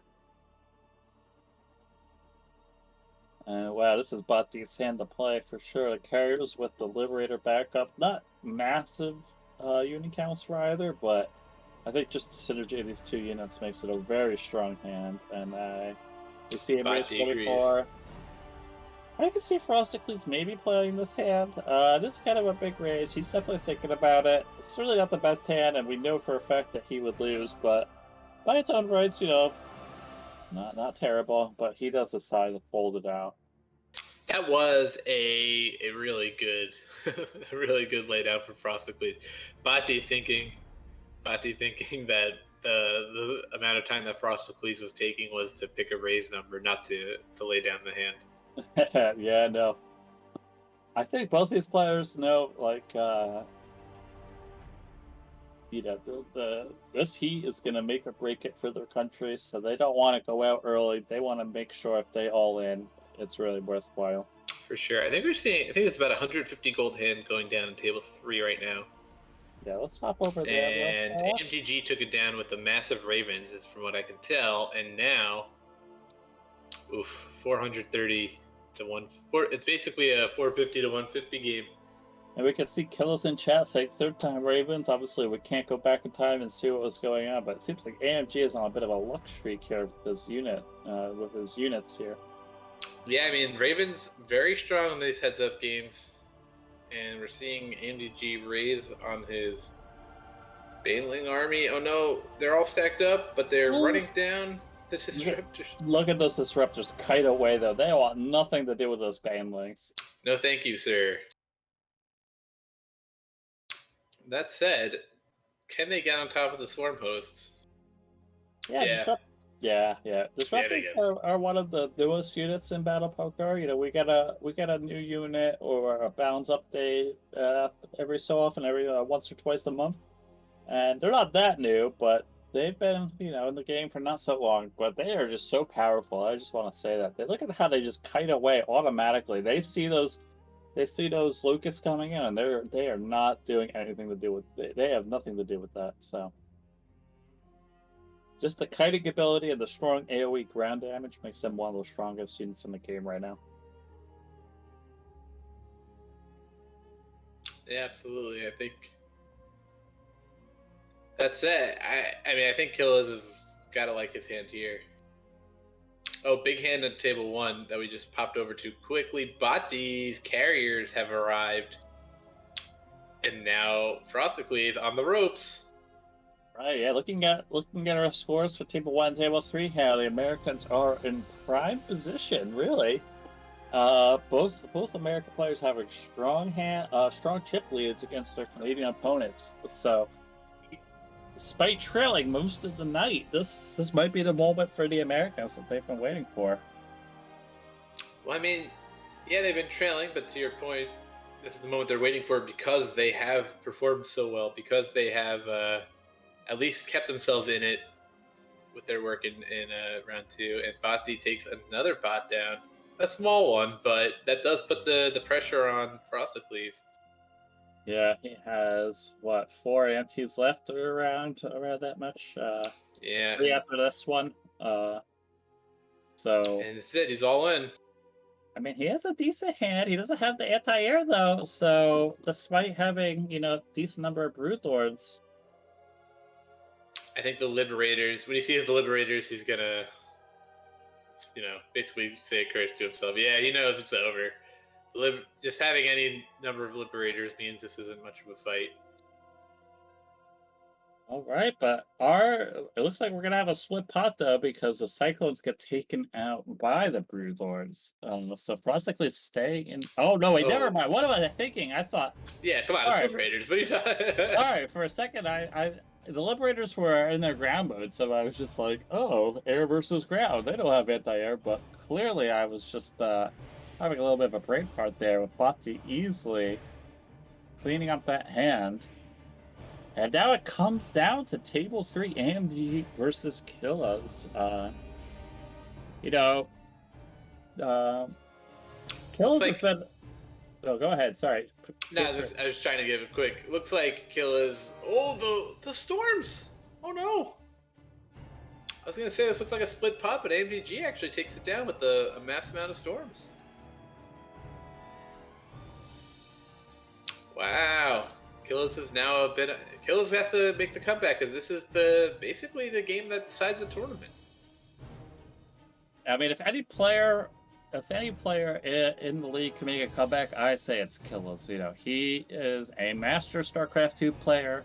He is one of the original OG players in Battle Poker, along with Botti. He's one of our highest MMR players. He's always in the top 3. We haven't really talked about it much tonight, but now that we're focused on his match, I think we got to give plenty of praise to Killis. He has been a huge part of our community for a long time, and I think if anyone has an opportunity to take out AMDG, it would be him. Like, look at it; he is already above 2,000 MMR. He's at the number 2 spot of the leaderboard. But we'll see what happens here as we see the split pot. But this is really exciting. This is really exciting to come down to the line like this. Kills versus AMDG, who in and of himself is quite a strong player.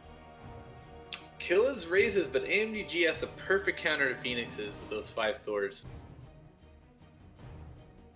I think the investor. I think it's all going to be on the survivability of the Thors. This is actually going to be a tough battle, I think. If the Queens are able to take out the Thors before they get cleaned up, this will go to Killis. Yeah, I don't know, though. There's 24 infestors. That's way too many. I hope for Killis' sake that he decides to fold. And you can see he's really struggling to think about it. But he made the right call. That's a tough call to make, I'll tell you that. Oh, and then 7 battle cruisers. Oh man, AMDG just really getting the cards. Yeah, and the 23 Hydras to boot. That is gonna make minced meat out of those Mutalisks. Yeah, MBG just waited for the raise from Killis and put them all in immediately. And now Killis is, wondering what he got himself into. Wow. He says it in chat. He has to fold here. He has to. Dominated. He knows that MGG's got him beat. And he's right. It's a good fold. And another capital ship for MVG. Wow, this is coming to pretty quick. I don't know, pretty quick resolution here. Let's kill us as something magical. And this hand is not magical, I'll tell you that. Neither is AMG's for the most part. 20 roaches, no one really cares. I think Killa's. Oh wow, he's playing very Yeah. conservatively. He's just waiting to No. get the monster hand. Sometimes I feel like It's not coming. It's not coming. He's got to play this hand, and it feels terrible. I mean, it really feels truly terrible. And when he sees the 2 ultralists, he's gonna just feel the pain. He's got 2 more antes. He could maybe not play it, but I can't see. Wow, he lays it down. That's very disciplined. all right. This is why Killis is here, and I'm casting. when I see plays like that, I was like, that's incredible. All right. This is it. Neither player really having a strong hand to write home about. It's all going to come down to these biles. Oh no! Oh, the oracles. But the Ravagers are going to hopefully get focused out. I don't think these oracles are going to die to them, even though it's really close. I think we're going to see the kills take this hand out. Oh, that was Look too at close. that. Ooh, Canada. That was too close. On the edge of death, but Kills is able to hold on with that hand. And yeah, once again, seeing 2 ultras, not really what you're looking forward to. You don't even have any Zerg upgrades and just folding right away. 50 to 550 for AMDG. And Kills, oh, I feel so bad for Kills right now. Oh, but that's a good all-in. Nice. He put the pressure on MDG, didn't have a strong hand, so he laid it down. Although now he's going to have to give the ante back, I think. Yeah, that's a good play. Here we go. Some queens with +3/+3 to Zerg. That might be enough. Only 6, so not the most exciting thing to play around. But now he gets the 4/4, and maybe he can take this out. We'll see. I don't know. He has the 4/4 upgrades. He has the 4/4 upgrades. The Thors are gonna obviously do very well against the Corruptors. Corruptors are going to do really well against the Vikings. So you got the Queens on the ground just getting obliterated by the Thors. That's got to be it then. That's it. That's it. AMDG. The Thors are going to Thor cleanup cruise here. Wow. I mean, I'll wait until it's official before we start calling it, but let's go. I mean, I haven't even seen the 10-second. Oh, there's a 10-second mark. Let's make it work. So all these Thors are on their AoE mode. Oh my god! The armor. All Thors in their AoE mode with the 4 armor. If they were in their single target mode, those Corruptors would have been long gone. Yeah. Yes. Oh, Killers! Big pickup with 20 Ravens. He needed those. And that's gonna put Killers back in the triple-digit chip count, assuming these Ravens do their duty. I feel like I shouldn't assume the result of any fight from now on, after watching that last one. But with over 100, I think you could start. You have some fold equity.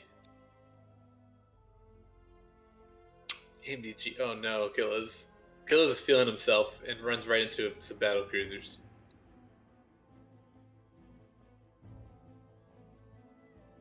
That's oh my gosh. That's what you paid. That's like basically what you paid to see there. That was what a play by Killers to get that pot.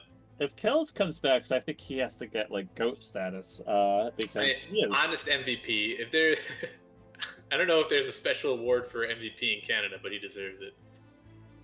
And look at that, 11 wild cards versus the 4 Void Rays, 3/3 Terran upgrades on the board, and Kills raising, just a min raise there, forcing AFG out. So he is really clawing his way back here.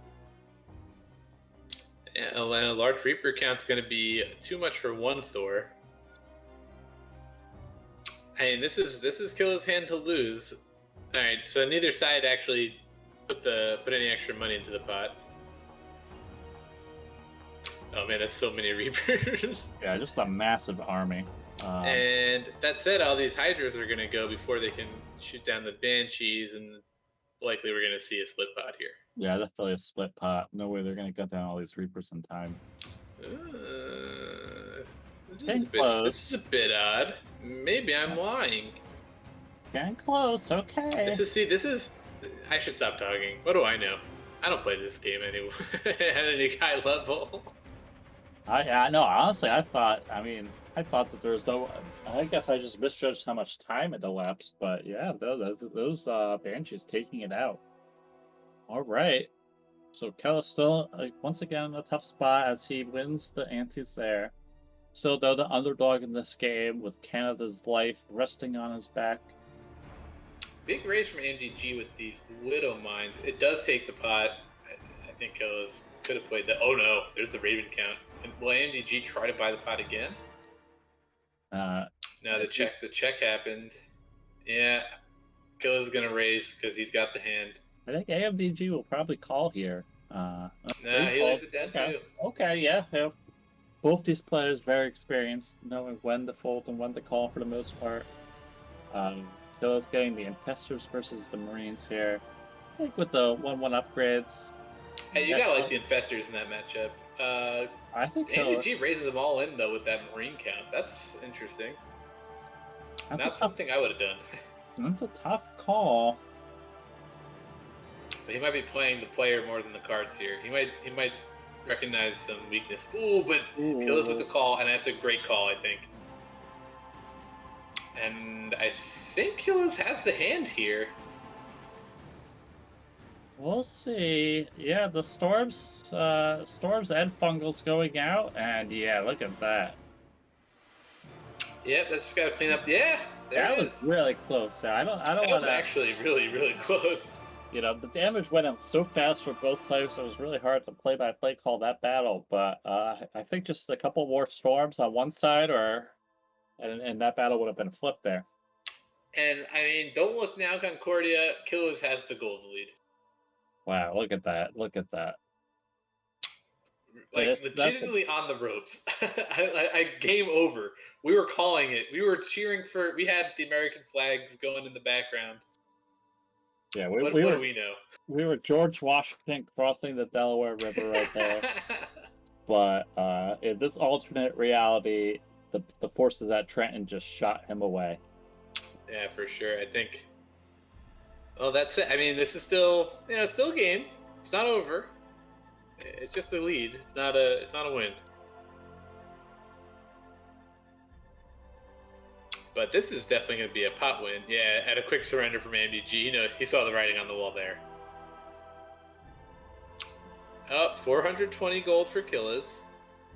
We like to see that. Yeah, nice little 420 making its appearance tonight in our final match. And Killas really, wow, what a sweep. I mean, you just said it, but this is quite the turnaround now. AMDG on the ropes. Ante's at 44. He has 2 antes plus some change left after this hand. Now he's in the position to make a comeback. I think Killas is doing it right from the lead. He's starting to put the squeeze on, and you're seeing it. AMDG just with a single Broodlord. He goes all in on him. I think Killis is going to fold here. I mean, he has a decent count, but he doesn't have the upgrades. He only has Zealots, which are one of our lower tier units. So I think we'll see a fold for Killis here. He's thinking about it, though. I don't blame him. He knows AMDG is on the ropes. Yeah, he calls and did not get any help with the siege tanks, unfortunately.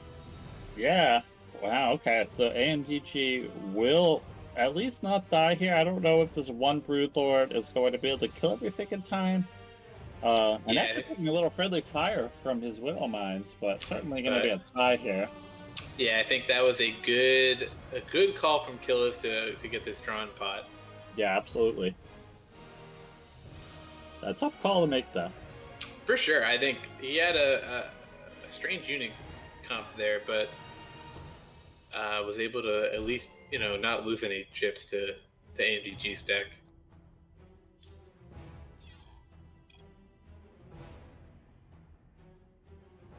So the draw comes in.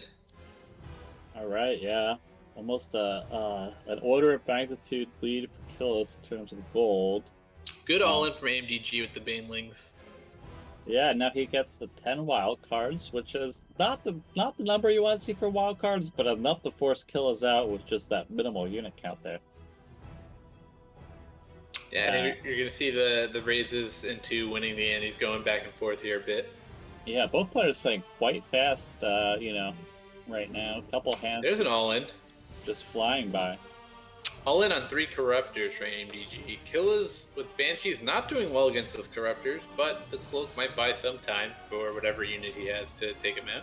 And you see he's thinking about it. I think he sees the 3/3 Terran upgrades as well, and he's like, okay, it's not terrible, but...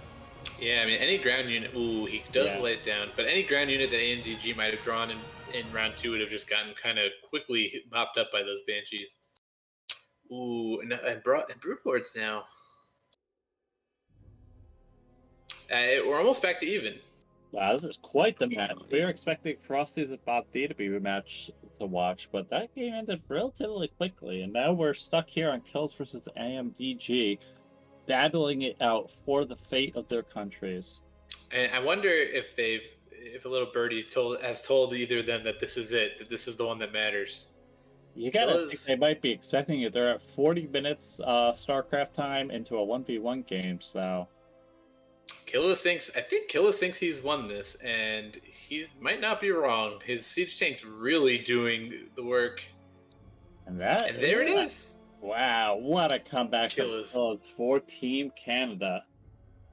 Team Canada takes down the game, takes down the match. Killis literally seconds away from being eliminated and from USA winning the whole thing. Fights his way all the way back, earns the caster MVP for sure, and brings it home for Canada. Congrats to Canada. Oh man. I mean, I know you and I are both Americans. We're definitely in our hearts rooting for Team USA to win, but I don't think we could really complain with how tonight went. Go begin so close into the third heat, and it being decided by such a close match between AMG and Killis. Like, you really couldn't ask for a closer series, to be honest. I mean, legitimately down to the wire, down to seconds. Unbelievable. High drama stuff. Well, again, congrats to Canada. They've all played really well. What a comeback by Killis to take it home. I think... Concordia, can you remind me who won the captain's matchup? I think Bot D took that was Bot D. Yeah, Bot D took that out against Frosticles. Then Pwn Rager, of course, beat that one cell. So we do have our final standings here on the screen, and we are going to arrange an interview with Team Canada now, of course. But I have to say,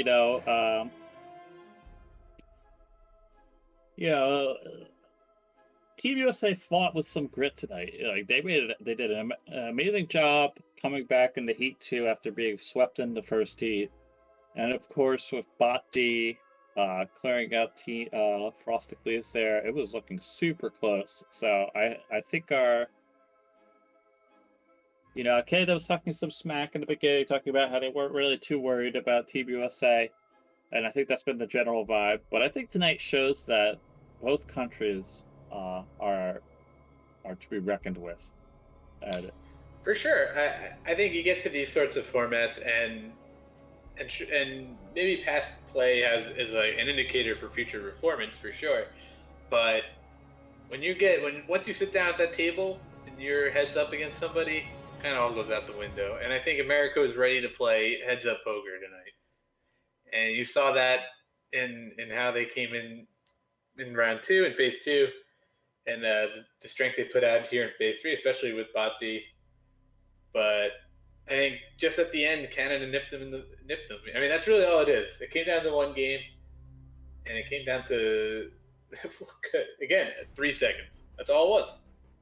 3 or 4 more seconds, and America has it wrapped up with AMDG winning.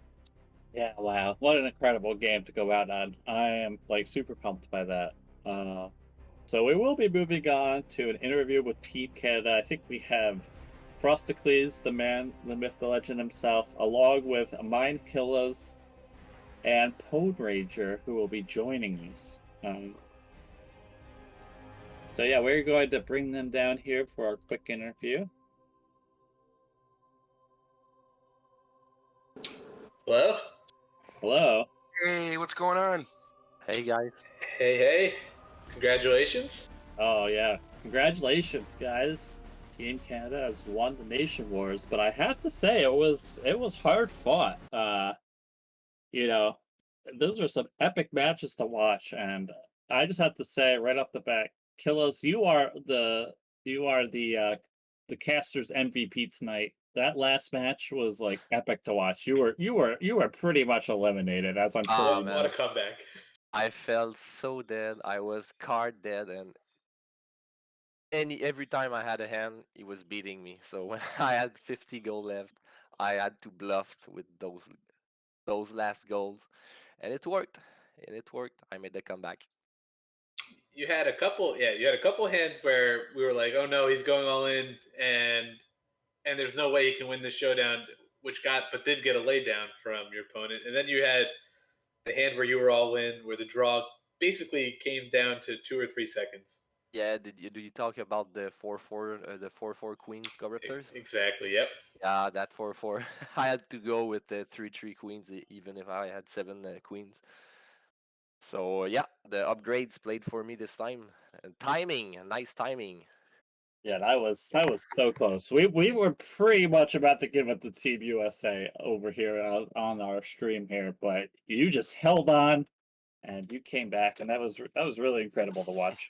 Definitely, I didn't give up, and I played the aggressive game because AMDG played very very well, and I can't wait to see the replay back because I don't know if he bluffed me a couple of times, but he was playing so aggressively, re-raised me many times, and I felt so dominated. I told him, but well played to him, and I had good timings to survive.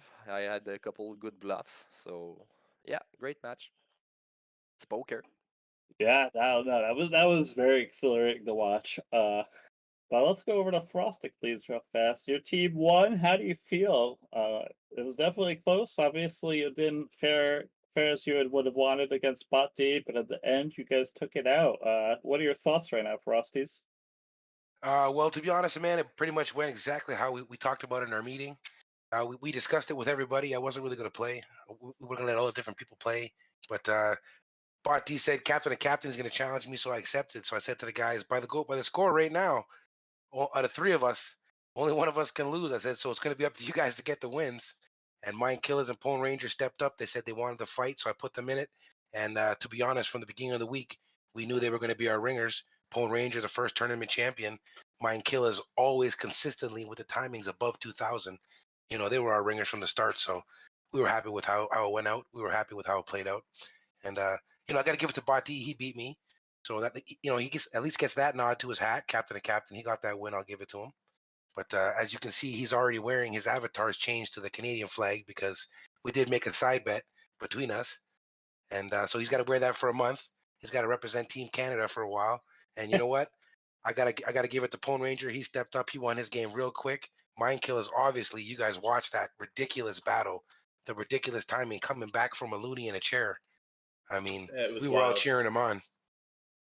I don't know. I think it was real successful, guys. What do you guys think? It was a great match. It went incredibly well. And I feel bad for Pone Ranger. We didn't really get to see a lot of his game because he actually just took it down so quickly. Pone Ranger really efficient in taking down his phase 3 game. And I thought across the board, this was an incredible match and really well done to you all. Yeah, Paul Ranger, you have any thoughts about your game tonight and about the success of Team Canada? Yeah, Concordia.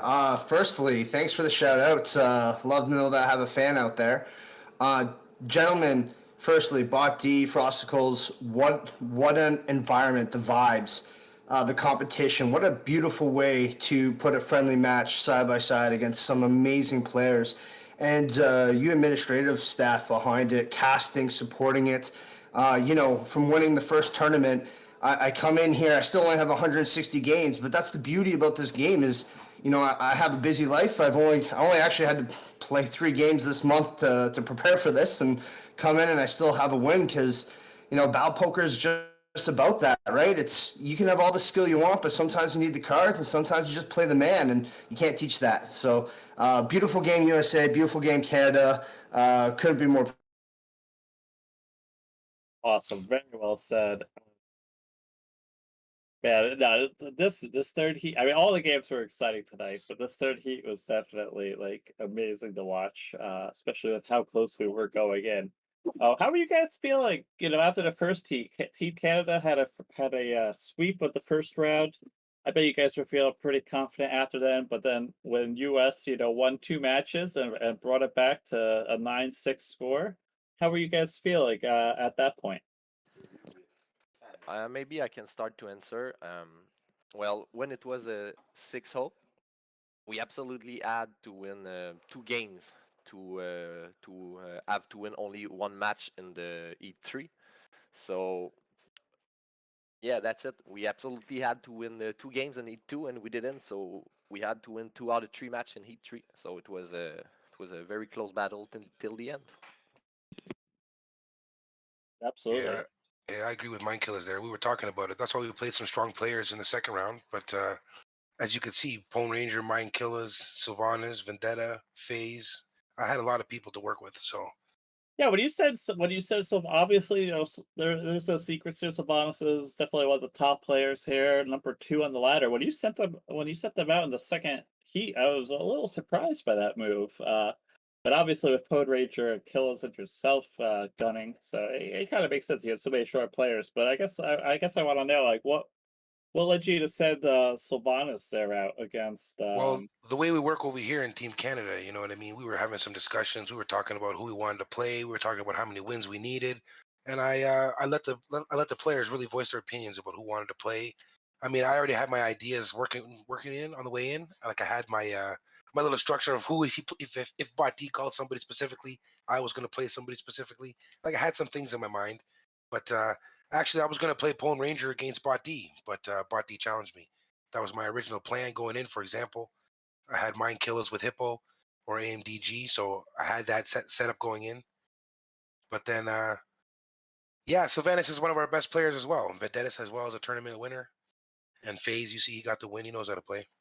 But Yeah, you like you you, said, def- you definitely saved your guts. You obviously had a great run early. I don't think you didn't win, but your spree of just dominating league, weekly league game after weekly league game with the first place wins was incredible.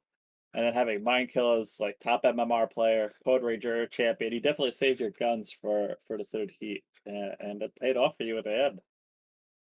I was really happy the way the team came together. Everyone was supporting each other. Nobody was fighting about who got to play. Everybody was saying, I mean, in true Canadian fashion, everybody was saying, no, you get to play. Oh, no, you get to play. So, it was really nice. And then I got to play because they were all telling me to play. I was gonna step aside to let everyone get a chance. Like quick shout out to Tudor, which is the G to Jesus, and MGR TTC, which is IOX Trosi. These are newer guys. They only had 15 to 20 games played. Some of them under 100. And they're newer players and stuff, and they came out to support Team Canada. So I hope going forward, if it's now that we got the W, I didn't want to speak ahead of time, but I know that we're going to do Team USA versus the world or Team Canada versus the world going forward. So Y- I have Yeah, my team and we're ready. Just want you guys to know. yeah. I mean, in my personal opinion, I think this might have been our best event yet. Um, Obviously, a very different event, not a very traditional event with the one-on-ones. How did all of you feel about the one-on-ones? I want to hear from all three of you. Did you guys like? I'm sure you probably don't play a ton of straight heads-up matches because the ladder doesn't really promote that with not getting any elo. But like, what were your thoughts on the 1v1 format tonight? Well, I think the heads up is very great, very great. But I definitely like the 300 gold because I talked to Boldy about that, and we thought that 155 was enough, but definitely 300 gold is a must when you heads up. So it was just great, different play style and more bluff, more aggressiveness. So thanks for that. Yeah, absolutely. Cone?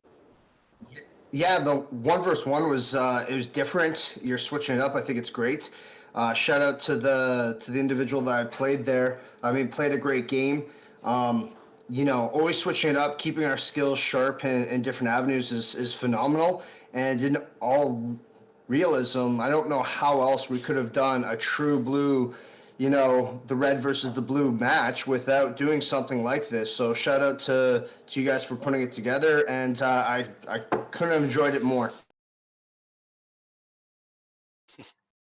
So well spoken, my Canadian team. Very good.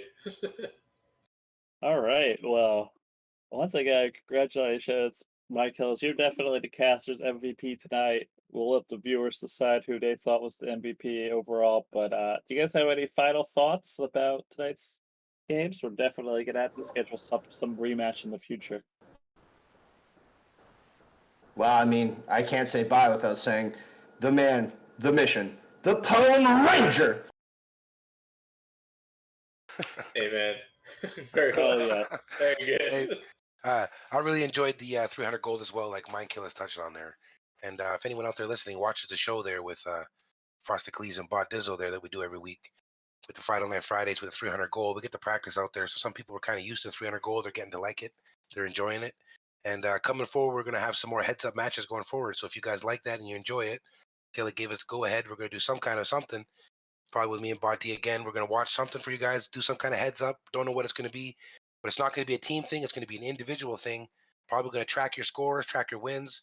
Don't hold me to that. We don't know for sure, but keep watching like we do every week. We're here for you guys on the streams live. As always, Skelly Jelly, Concordia, and you guys, Toffee Man, all you guys who came out, wheelies, helping out, and all the technical work you guys do, the behind the scenes, man. We love it. We appreciate it. I want to shout out quick. It's the 1 year anniversary. I don't know if you guys touched on it. Yeah. It's the 1 year anniversary since you guys started this. Skelly Jelly, thanks very much. We enjoy it. And Team Canada, we really enjoyed it. Thanks, my team, for showing up. Everyone who was messaging, practicing all week and talking. And of course, like you said, Mind Killer's MVP with the disgusting comeback with the wicked timing, beating a legend like AMDG himself. And I haven't talked to Bot yet, but like I said, he is wearing a Canadian avatar. I can see him in the Discord. I'll talk to you guys after. And thanks for having us on. Yeah. Let's go. You love to see it. Don't be too hard on Thanks. the Americans tonight because I think they played well. I think they achieved expectations. You guys definitely had a stacked team, and I think they fought hard against you guys. So definitely mad respect and props to the American team tonight too. And I'm just pumped after tonight's games. It was great to cast and watch. Yeah, and I had to say, I thought it was that Bati was going to be using the Canadian flag avatar in Battle Poker only. I didn't know it was also on Discord. That's rough. Congrats on that. That's amazing. As you can see, my name here in Discord, you can't tell, but it says Donkey King. It is the Frosted Cleaves, and I still have my Donkey avatar, and that's from the last league that you touched on. I won a whole bunch of games, but then choked in the finals, and there was a bet on the line, and that's just how we do it, guys, for the fun. So I'm glad Buddy put it on. He's, true to his word as always. And quickly, guys, thanks one more time for having us on. Pone Ranger Mind Killers, you guys held it down on the third rack. Everybody who came out, multi-person, Ninja, Tudor, Sylvanas, Vendetti, FaZe, of course, Mind Killers, Pone Ranger, everybody, MGTR, TCC, hanging in the wins. Sylvanas, you did your best. Shout out to you, man. You guys did good. All right, And thanks for thanks having to us you, on, Skelly. Captain. Thanks to you, Frost. Good Oh, captain. jeez. Thanks, buddy. Oui, bon travail, mon ami, bon travail. Mhm. Good Très bon gaming. travail. Good game and bon chance. Yes, yes. Great job, Team Canada. All right. I think we will call it there. Listen, if you guys have anything else to say. But like I said, I had a great time casting today. I think we will definitely have a rematch or another Nation Wars event in the future, Well, maybe towards the end of the year. And of course, we will have more league and tournament stuff coming up in the near future as well. So just a big thank you to the casting team, and don't hesitate to ask me if you have any questions about future idea of tournaments or anything. I'm doing it as a job in my life, so you can ask me anything, anytime, and thank you for all you're doing. thank you again. That last match, I think that last match against you and ABG is going to go down in the history books. So we will definitely be in touch with you. Hey. All right. Have a good night. Good night, guys. Good night, fellas. Congratulations. Congrats again.